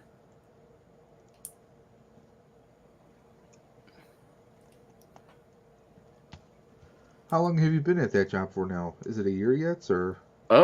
So at this company altogether, December 7th will be my third year, I want to say. Okay. Yeah, and in the position I'm in now, it's literally less than a year. It's been 3 years since you left the old place? Yeah. God. I know. And it's been, and you know, it doesn't seem like it was that long. I was thinking maybe a year and a half, maybe at most. It really didn't feel that long ago that I walked out of there. But I'll tell you right now, it was at first I thought it was the worst decision I could have made for myself, because I literally went from, making good money. I had coverages that worked well for where I worked, and also your health wasn't exactly prime. Yeah, I mean, I was literally working myself to death, and it took me having a second mini stroke to go, I can't do this anymore. I can't. I literally woke up and I would throw up every morning because I was just so stressed out. And I had told management, hey, this is what's going on. I don't feel well. I'm stressed. Is there something we, can I at least, find something that might help me out a little bit better, shift wise? Yeah. And of course, their response to me was, sorry, but no. It was a literal, nobody else can do it. You're on your own kind of deal. And I was like, that's sickening. So, in the long run, I went and, after they moved me to night shift that second time, I was like, you know what? I can't do this anymore. I'm tired of being bounced around. So I asked them for stability one last time, and they said, if you can't handle it. And first off, don't ever say if you can't handle it to an employee. That's just not. Your employees are your breadwinner. They're what's keeping you afloat, especially with the situation we had going on. And I'm just glad I wasn't on I'm not on like an NDA for how it was treated, because I didn't tell you, but I walked in there. I walked into that place a few weeks ago because I'm part of the it's not an official hurricane prep crew, but because I deal with like maintenance stuff now too. I'm also in charge of helping get like things together for like pharmacy unload. So in the event of a hurricane, we have a pharmacy unload team that basically takes all of the pharmaceuticals that we have in our facility, like vaccines and stuff. Yes. And if we lose power, those vaccines could, risk can go bad, and they can definitely risk like total corruption in a matter of minutes. And I mean, that's, as a company that receives those vaccines thanks to grants and things of that nature, we have to make sure that we maintain them, because it's not easy getting those. I think I cleared all the hands off of this. Yep, we got all the hands off. But so working for this company, I've learned real quick that we need to maintain our medications and all that. And so to maintain them, we have to make sure we get them out to a place that has a generator and can take care of them. By the way, we're just 4 likes away, guys. 4 likes away from 30 likes. So let's make that happen.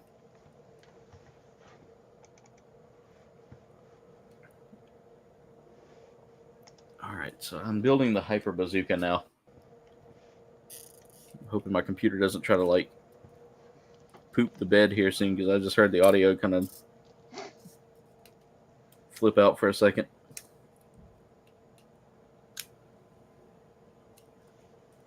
B1 and B2. Put that B1 runner back for now, and then I need to take this runner here, and we need to put. Well, I told you about my current situation. Yeah, and Dave, I hope we can get you. I'm hoping too, but it's like it took me a year to get in there. Yeah. And then it's like, well, all this stuff is happening, and sadly, I think I told you one person quit already. Yeah. And it's like, well, from reading with the information I have, I'm like, well, obviously HR nor our manager did anything to remedy that situation. Yeah. So, I mean, heaven forbid I'm in any kind of that situation or something along those lines, or even worse. Yeah. I mean, but, I mean, it almost makes me feel like, was I foolish for trying to get out of where I was before? Because I was actually taking home more money. Because, well, I'm putting a lot of money into retirement. That's why I'm not doing a whole lot right now. But, I mean, I'm applying to places and seeing what could happen. Yeah. I mean, I don't want to go back, but if I have to, then I have to, you know? Yeah. It would be me starting over. My YouTube schedule probably would be almost non-existent, potentially speaking. I hate that too, because you've worked so hard on that, Dave. But I've watched you work so hard. Yeah, I've watched you work so hard on all that too. So I don't want to see that happen to you.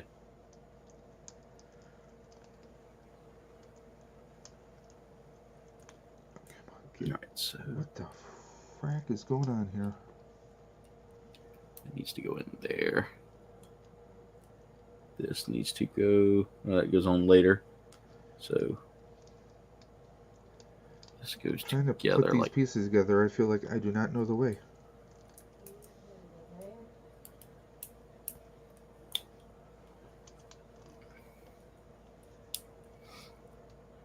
Dave, I got your text the other day about the dice.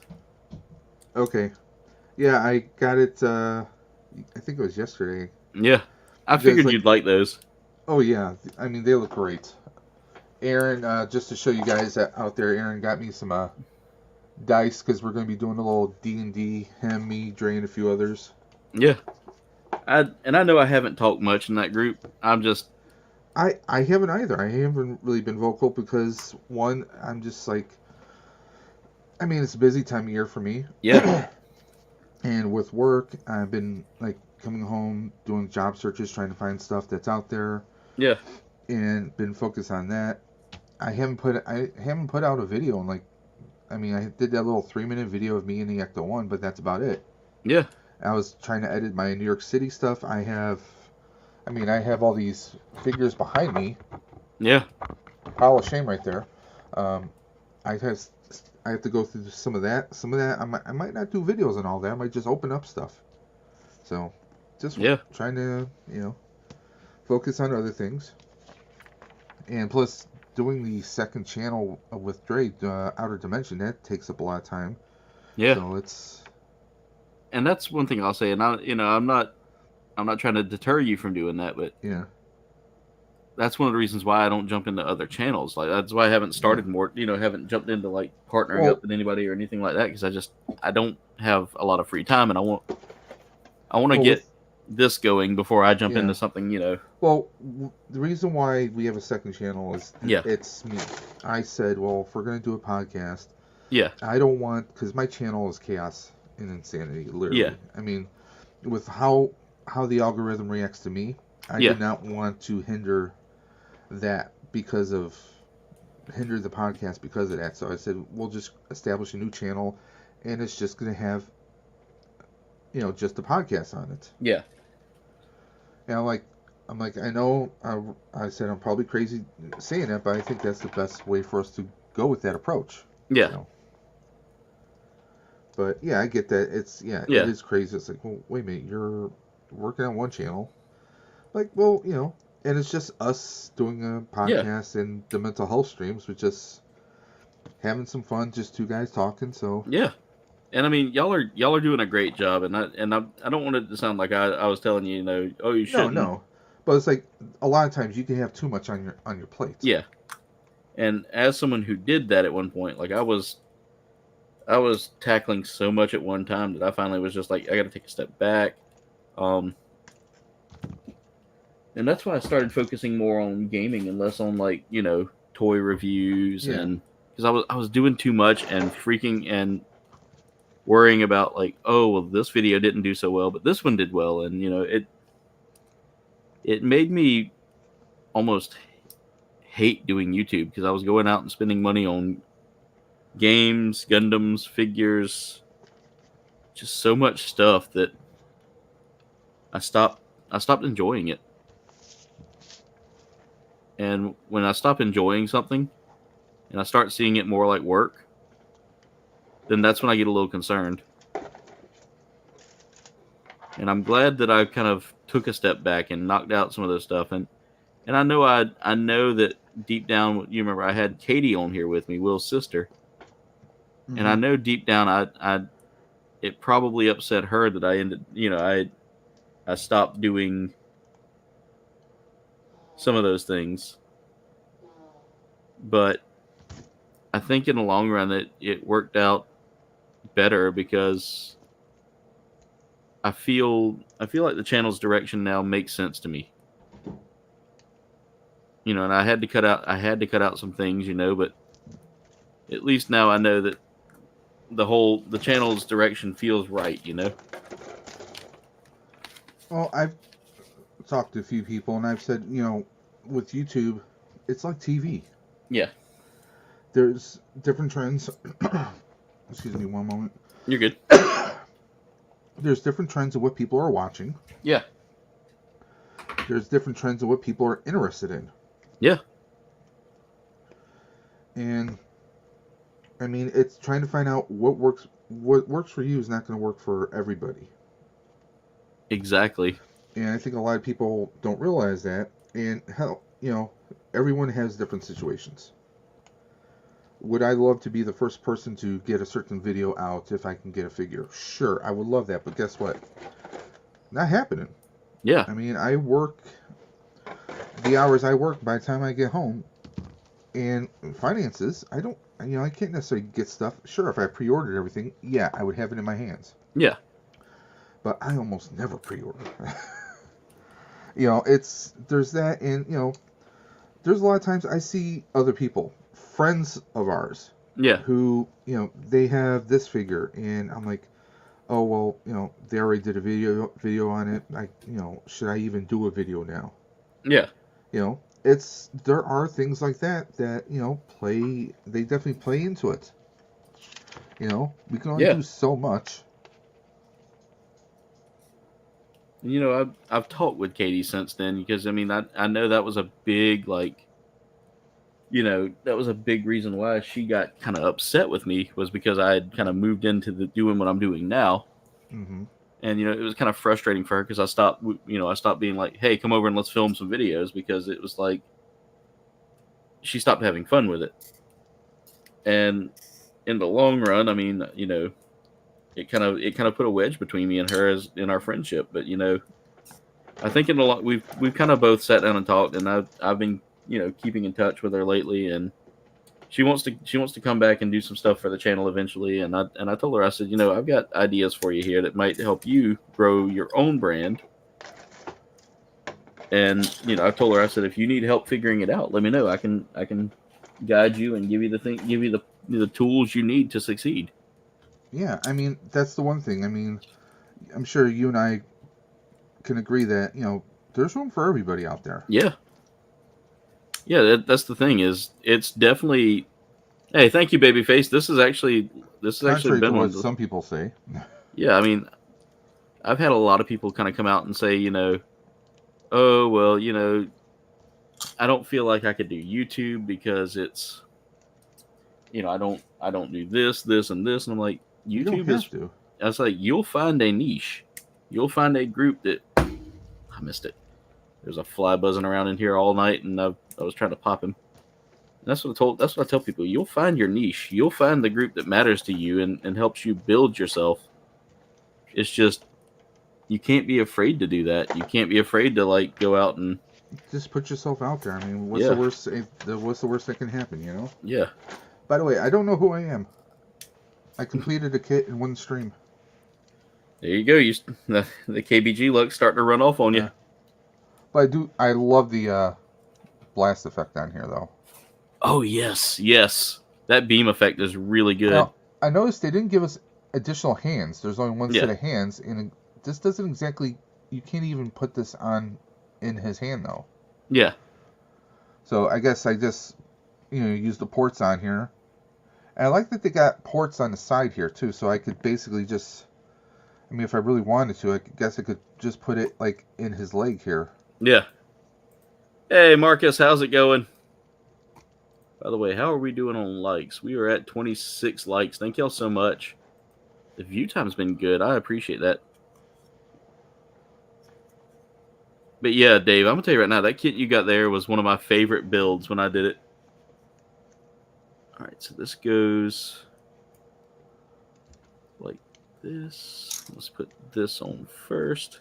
as far as the kit itself, the ports that they have on both at the leg Yeah. and on the the arm. Yeah. You know what it reminds me of, and I wonder if that's where they kind of got the ideas. Going about about 3 years ago, Transformers, when they started with the Siege for Cybertron and all those, Yeah. they started including ports on all the Transformer figures.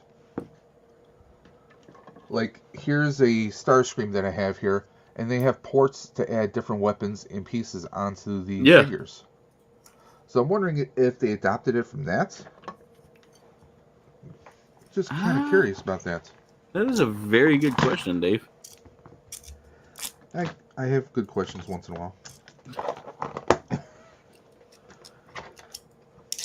This is kind of cool here that they got like a slider so that you can... I think they had that in one or two of the other ones. Yeah. Let's see. I need to put this here. You just need the grandpa that has got like an all metallic finish on it. I would love like a metal build, because those have got some pretty cool effects and things on them. All right, so I can actually have these him brighter hold colors that. are something. And what was confusing me was these are actually on the back of the leg. Yeah. And like Barbados, you only saw it on the front, so that's what was kind of throwing me a little bit. Oh, this is kind of cool. So, wait a minute. Do I have it upside down or? Oh, I think I've got this part here upside the down. Handle? Yeah, the actual handle for the kit or for the suit. It's showing. I did that on the last 78 that I did. Let's seal up this room a little bit. I see some baby palmetto bugs running around in here. They scare you because they look almost like the German cockroaches. Scares the fool out of you because you're like, great, I've got an infestation. Nope. Why are they German cockroaches? Do they stand up and salute? Terrible joke, Dave. But some of the baby ones actually give you that same exact look, and you're like, oh no, I don't need those in my house. And I don't think I've ever seen a palmetto, so I really don't know. So it's basically the giant American cockroach, and Okay. they come in through under like window units and stuff like that all the time. Okay. So, like, it made me freak out one time because I thought I actually had like an actual roach problem. It was like, God, I try to keep this room like clean and without like debris and things for them to chew on and all that. But they're coming in through underneath our door and all that. Like it's been so wet this year, like they just sneak in. So, guys, anyone in the chat, we just need one more like. It's 29 right now. Really? Yeah. Nice. Thank y'all. Likes, at least from what I see. Thank y'all. And that's big for a Gunpla Hangar, because normally Gunpla Hangar is a very slow night. Yeah, Jen's like, if you've ever seen the Madagascar cockroaches, then you've seen like the big hissing ones. I mean, that's years ago when I was a kid, we lived in a house. We were in the upstairs, but the downstairs was an elderly woman. Yeah. And unfortunately, the roaches would go upwards, especially for heat. Yeah. So, but other than that, no, I haven't really seen them. So. Yeah. But I know you guys, with all the humidity and the weather you guys have down there. Yeah, and plus we live out in the woods, so they're like very active, and we do see German ones in here every now and then. We have to spray for them and all that. And it's just because we live next to like woods and cattle fields and all that, so they're very active around those. Just because there's a lot of grain and stuff that gets thrown out. I mean, I'm loving this design, but of course it has a lot of hints of Barbados in here. Yeah. It's like Barbados's little brother, who was like, it's like comparing Gohan to Goku. So one of the cool things about that kit, or about that suit, is that you can see the influence from several different series in there. Like you can see Seed, you can see Gundam Wing in some of the things. Like I mean, obviously you can tell the head and everything. Yeah, you can tell that there's a huge it's a celebration of Gundam. Okay, we got several other pieces here that I have no idea what they do. that they gave me, and I don't think I'll utilize them. You know, it's a shame. I'm looking at the shield Yeah, here. I don't utilize them. You know, they have us put these separate pieces in, and Yeah. I was thinking, does it open up? And it kind of doesn't. It just barely. Really doesn't open up that much. Yeah. So the shield actually had those little bits you see there, the little tiny pieces, the pieces that you put the shield together with. Yeah. Are they're legit the like funnels for that. You remember the funnels in like old school Universal Century Gundam? Yeah. Yeah, that's exactly what those are. Okay. So they're called Gund bits. What'd you call me? Now there's a lot of decal work on this kit that I can do to make it, stand out a little more and make it into the kit that it's based off of. I will do that later. I'm not super big on doing decals, especially this late at night. No joke. Let's see. There are some that I want to put on right now that kind of match and go along with this. Are those like the actual 78 decals on? Yeah, like so all of these decals here, as you can see, they're numbered 1 through 47. Ooh. Yeah. A lot of them are like weapon decals and stuff like that, and they're like detail decals. The only ones I really want to put on there are some ESF stickers and the stuff that you see, like the lettered ones, like WB, WB 102. I don't know where that white WB 102 goes. It says so. It says where it goes somewhere. It's number 47. I love how stable this kid is too. Yeah, like I have him kind of like posed, kind of like his legs are like out, and he's standing perfect. Yeah. 47. Where does 47 go?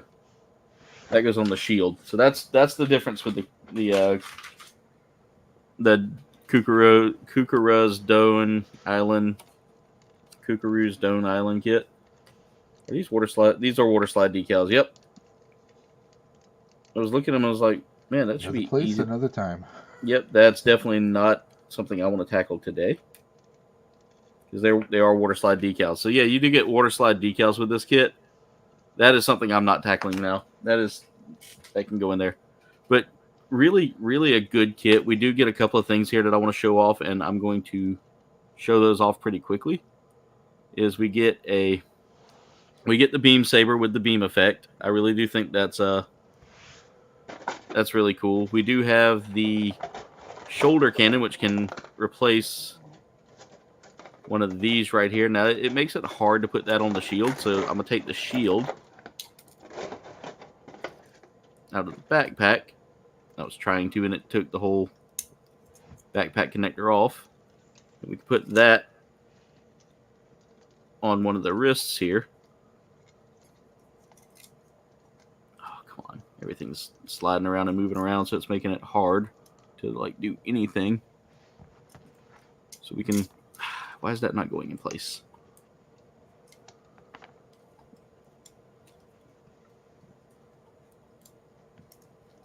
Oh, because that's kicked out. That's why.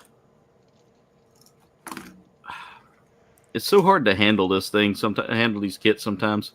You'll be sitting there trying to like pose an arm, and you go to pose it, and it just doesn't like want to work with you. There we go. I got it. He lost his head. Well, I like that there's blue beam sabers with this one. Yeah. So, oh my God, this thing is twisting all up. Like it's so poseable, but trying to get these. Hey, Ricardo. How's everything going? Thank you for the lurk, by the way. And nobody's ignoring you.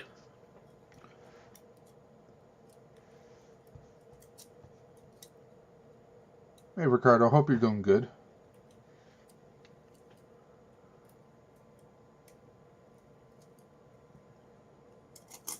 Ah, come on.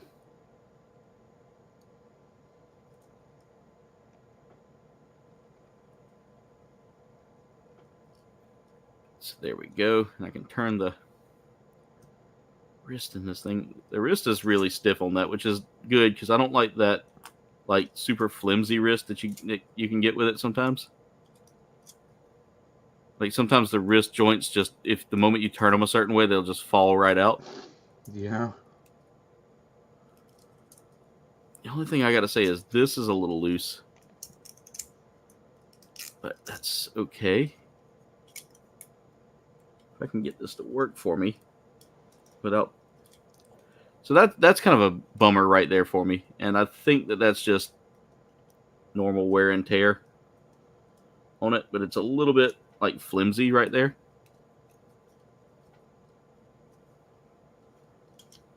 And it wants to keep sliding out every time I go like rotate it around. I feel like there's something maybe blocking the shield from doing what I want it to do.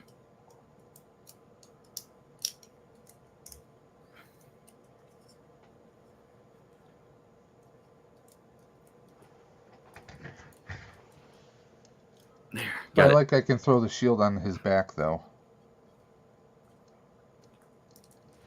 Since there's a port back there also for it. Yeah.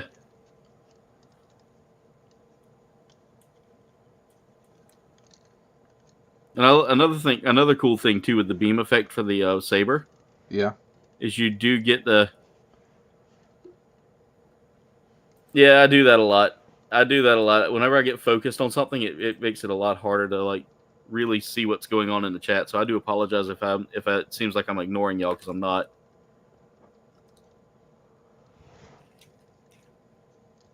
I knew you were gonna love that kit though, Dave. But yeah, you get several different beam effects that work for different weapons and things like that. Cool thing is we get this shoulder cannon as well. Yeah. And I like shoulder cannons. I think they're really cool for some of these kits. You get that. You get the hyper bazooka here. See, I want to do another Grandpa, but I want to get one of the bigger ones. Yeah. Because I actually want to do some weathering on it. See if I can do like. Because I mean, come on. R78 went through hell. Yeah. I mean, that thing was blasted so many times. I mean, I personally think it should look like it's been through its paces and not necessarily shiny brand new off the Gundam factory floor. Yeah. Exactly.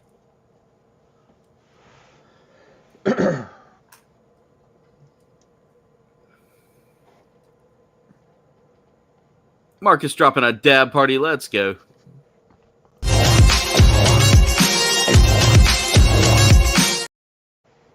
Ricardo, I would say Lego.com or the Lego store. Sometimes you can find like those third parties that sell them as well.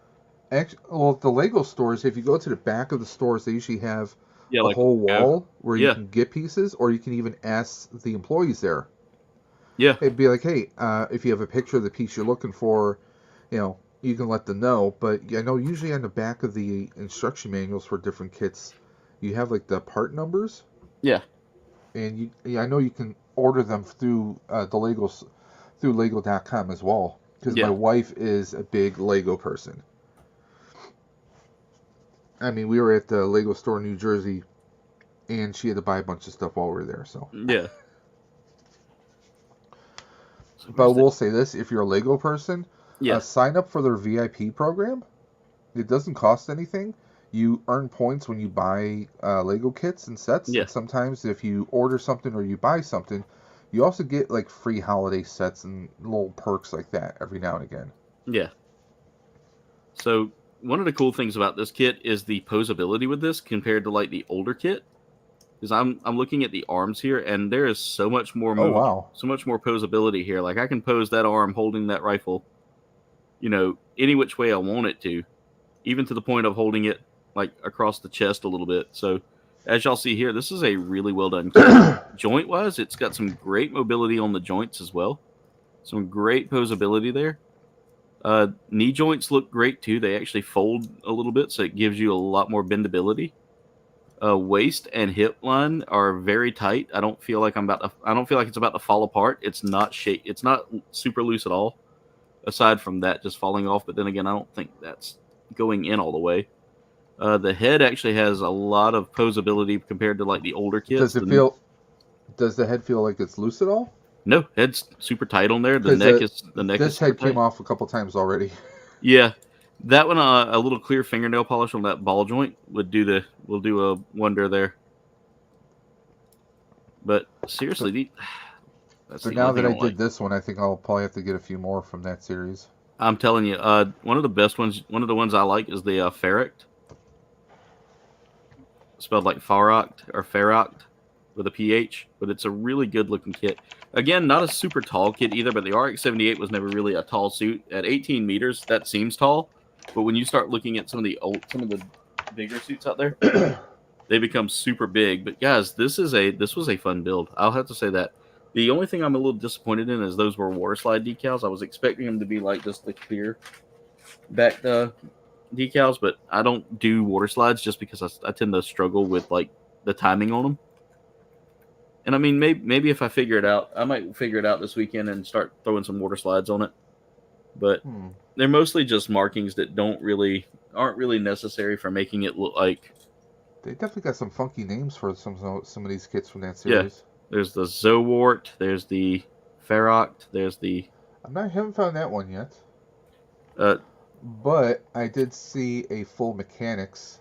Yeah, those full mechanic kits. Yeah, the full mechanics kits are super fun. 452? That's not bad. That's not bad for a full mechanics kit. But again, guys, I mean, packaging-wise, this kit had a lot of fun stuff with it. Definitely worth the money that you put into it. Again, only thing that's kind of a bummer for me was the fact that to really get the details on it, you're going to have some skill with water slides. But that's just me.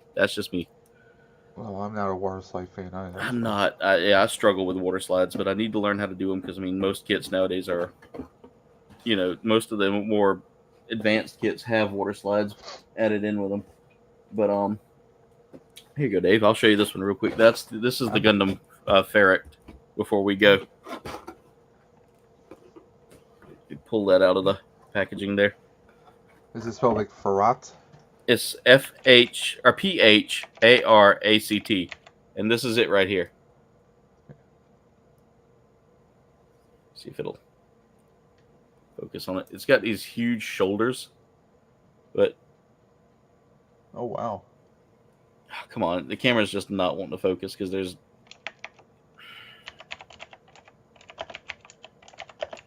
I really need to start looking into. There we go. That's it right there. It's got like a beefed up Starscream from Transformers Prime series kind of vibe going on with the color scheme. Here is the rifle it uses. Oh, so he's definitely a sniper.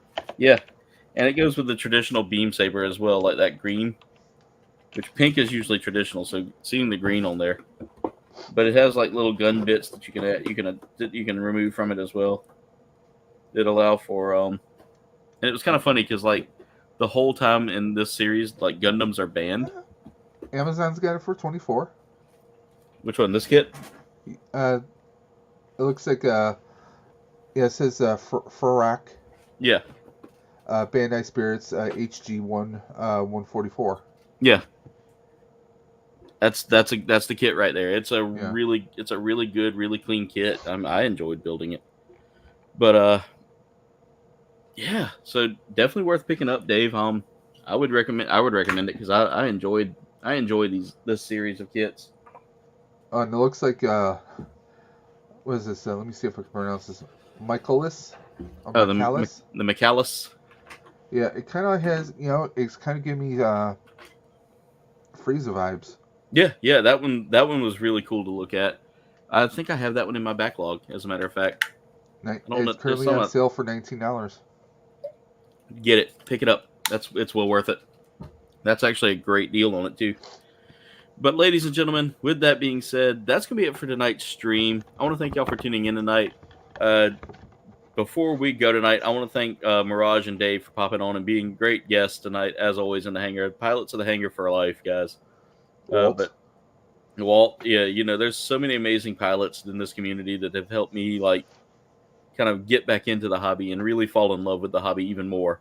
But before we go tonight, I want to see what our good friend Dave has got going on this week. Well, I am going to finish editing my video from New York City Comic Con. Me and my fellow Buffalo Ghostbusters drove all the way from Buffalo to New York City. We teamed up with the New York City Ghostbusters to help volunteer at their booth. But half the day we got to go walking around. You're going to see a bunch of cosplays. You're going to see Gundam planets, of course. Yeah. Oh, that's right. And Wayne, too. Wayne was here tonight. Way too much in there. Just so much. You guys will get a kick out of it, definitely. Yeah. Know me and my Gundam stuff, so I'm excited to see all that. And, of course, Wednesdays at 7 p.m. Eastern, you can join me and Dre of Collector Safe Space for, you can go to our new channel, the Outer Dimensions podcast, where we discuss movies. And, of course, it's October, so we're talking some spooky, I think we're doing some zombie movies this week, so join us. Usually about an hour to an hour and a half episode, you know. That should be a lot of fun. I don't have the link for that, so I'm gonna need to definitely throw that into my link mix. We actually simulcast the stream on our individual channel, so if you go to Dave's Dimension, of course you can see it, because with StreamYard, with the paid StreamYard version, it allows people to simulcast, have guests to stream it to their channels as well. So so you guys can just go ahead and check it out there. Yeah, and that's it. Guys, again, go make sure you check out Dave at all of the different projects he's tackling and working on. Dave, thank you so much for being here tonight, brother. It's always a blast having you here. But ladies and gentlemen, with that being said, that's gonna be it for tonight's stream. Tune in tomorrow night at 8 p.m. Eastern. Again, that is 8 p.m. Eastern for some Hogwarts Legacy. We're getting ready to wind that on down and getting closer to the end of that game. And I'm telling you, the story on that has been just captivating for me so far and a lot of fun. But we'll be doing that tomorrow night at 8 p.m. But anyway, comrades, that's going to be it for tonight's stream. I want to thank y'all so much for watching. Make sure y'all hit the like button. Make sure you comment and subscribe. Y'all can follow me on all of my socials. There is a link tree in the description below to take you there, as well as to my merch shop. Go snag some KBG merch to help support the channel, guys, because, again, it does help. Every little bit helps. I'm going to be working on rebranding and maybe possibly changing stores here soon. So once we do that, there will be a link. There will be some stuff down pinned at the bottom. But definitely go check it out, guys. And also check out my sponsor, Dubby. I meant to tell you that. Check out my sponsor, Dubby. They make an amazing energy drink like this Passion Joy tea that's really delicious. 0 calories, 0 sugar, and a patented neurofactor to help you focus. It's super delicious, and guys, it gives you that boost without making you crash. But don't take my word for it. Try it out for yourself and use my coupon code ColdBane for 10% off any purchase of Dubby. ColdBane for 10% off any purchase of Dubby. ColdBane for 10% off. At this time, I want to thank my amazing czars of the channel. These are the people that have paid $2.99 a month to become czars. Again, your $2.99 goes towards buying games, Gunpla, anything that's actually for the channel. If you see it on here, most likely that's where it came from. Thank you so much to my amazing czars. I couldn't do this without you. But anyway, comrades, that's it for tonight's stream. I want to thank y'all so much for watching. Much love. And until next time, guys, we'll see you in the next video. Good night, everybody. This stream has officially ended. Thank you for watching, comrades. Commencing end stream protocol. Enjoy your night.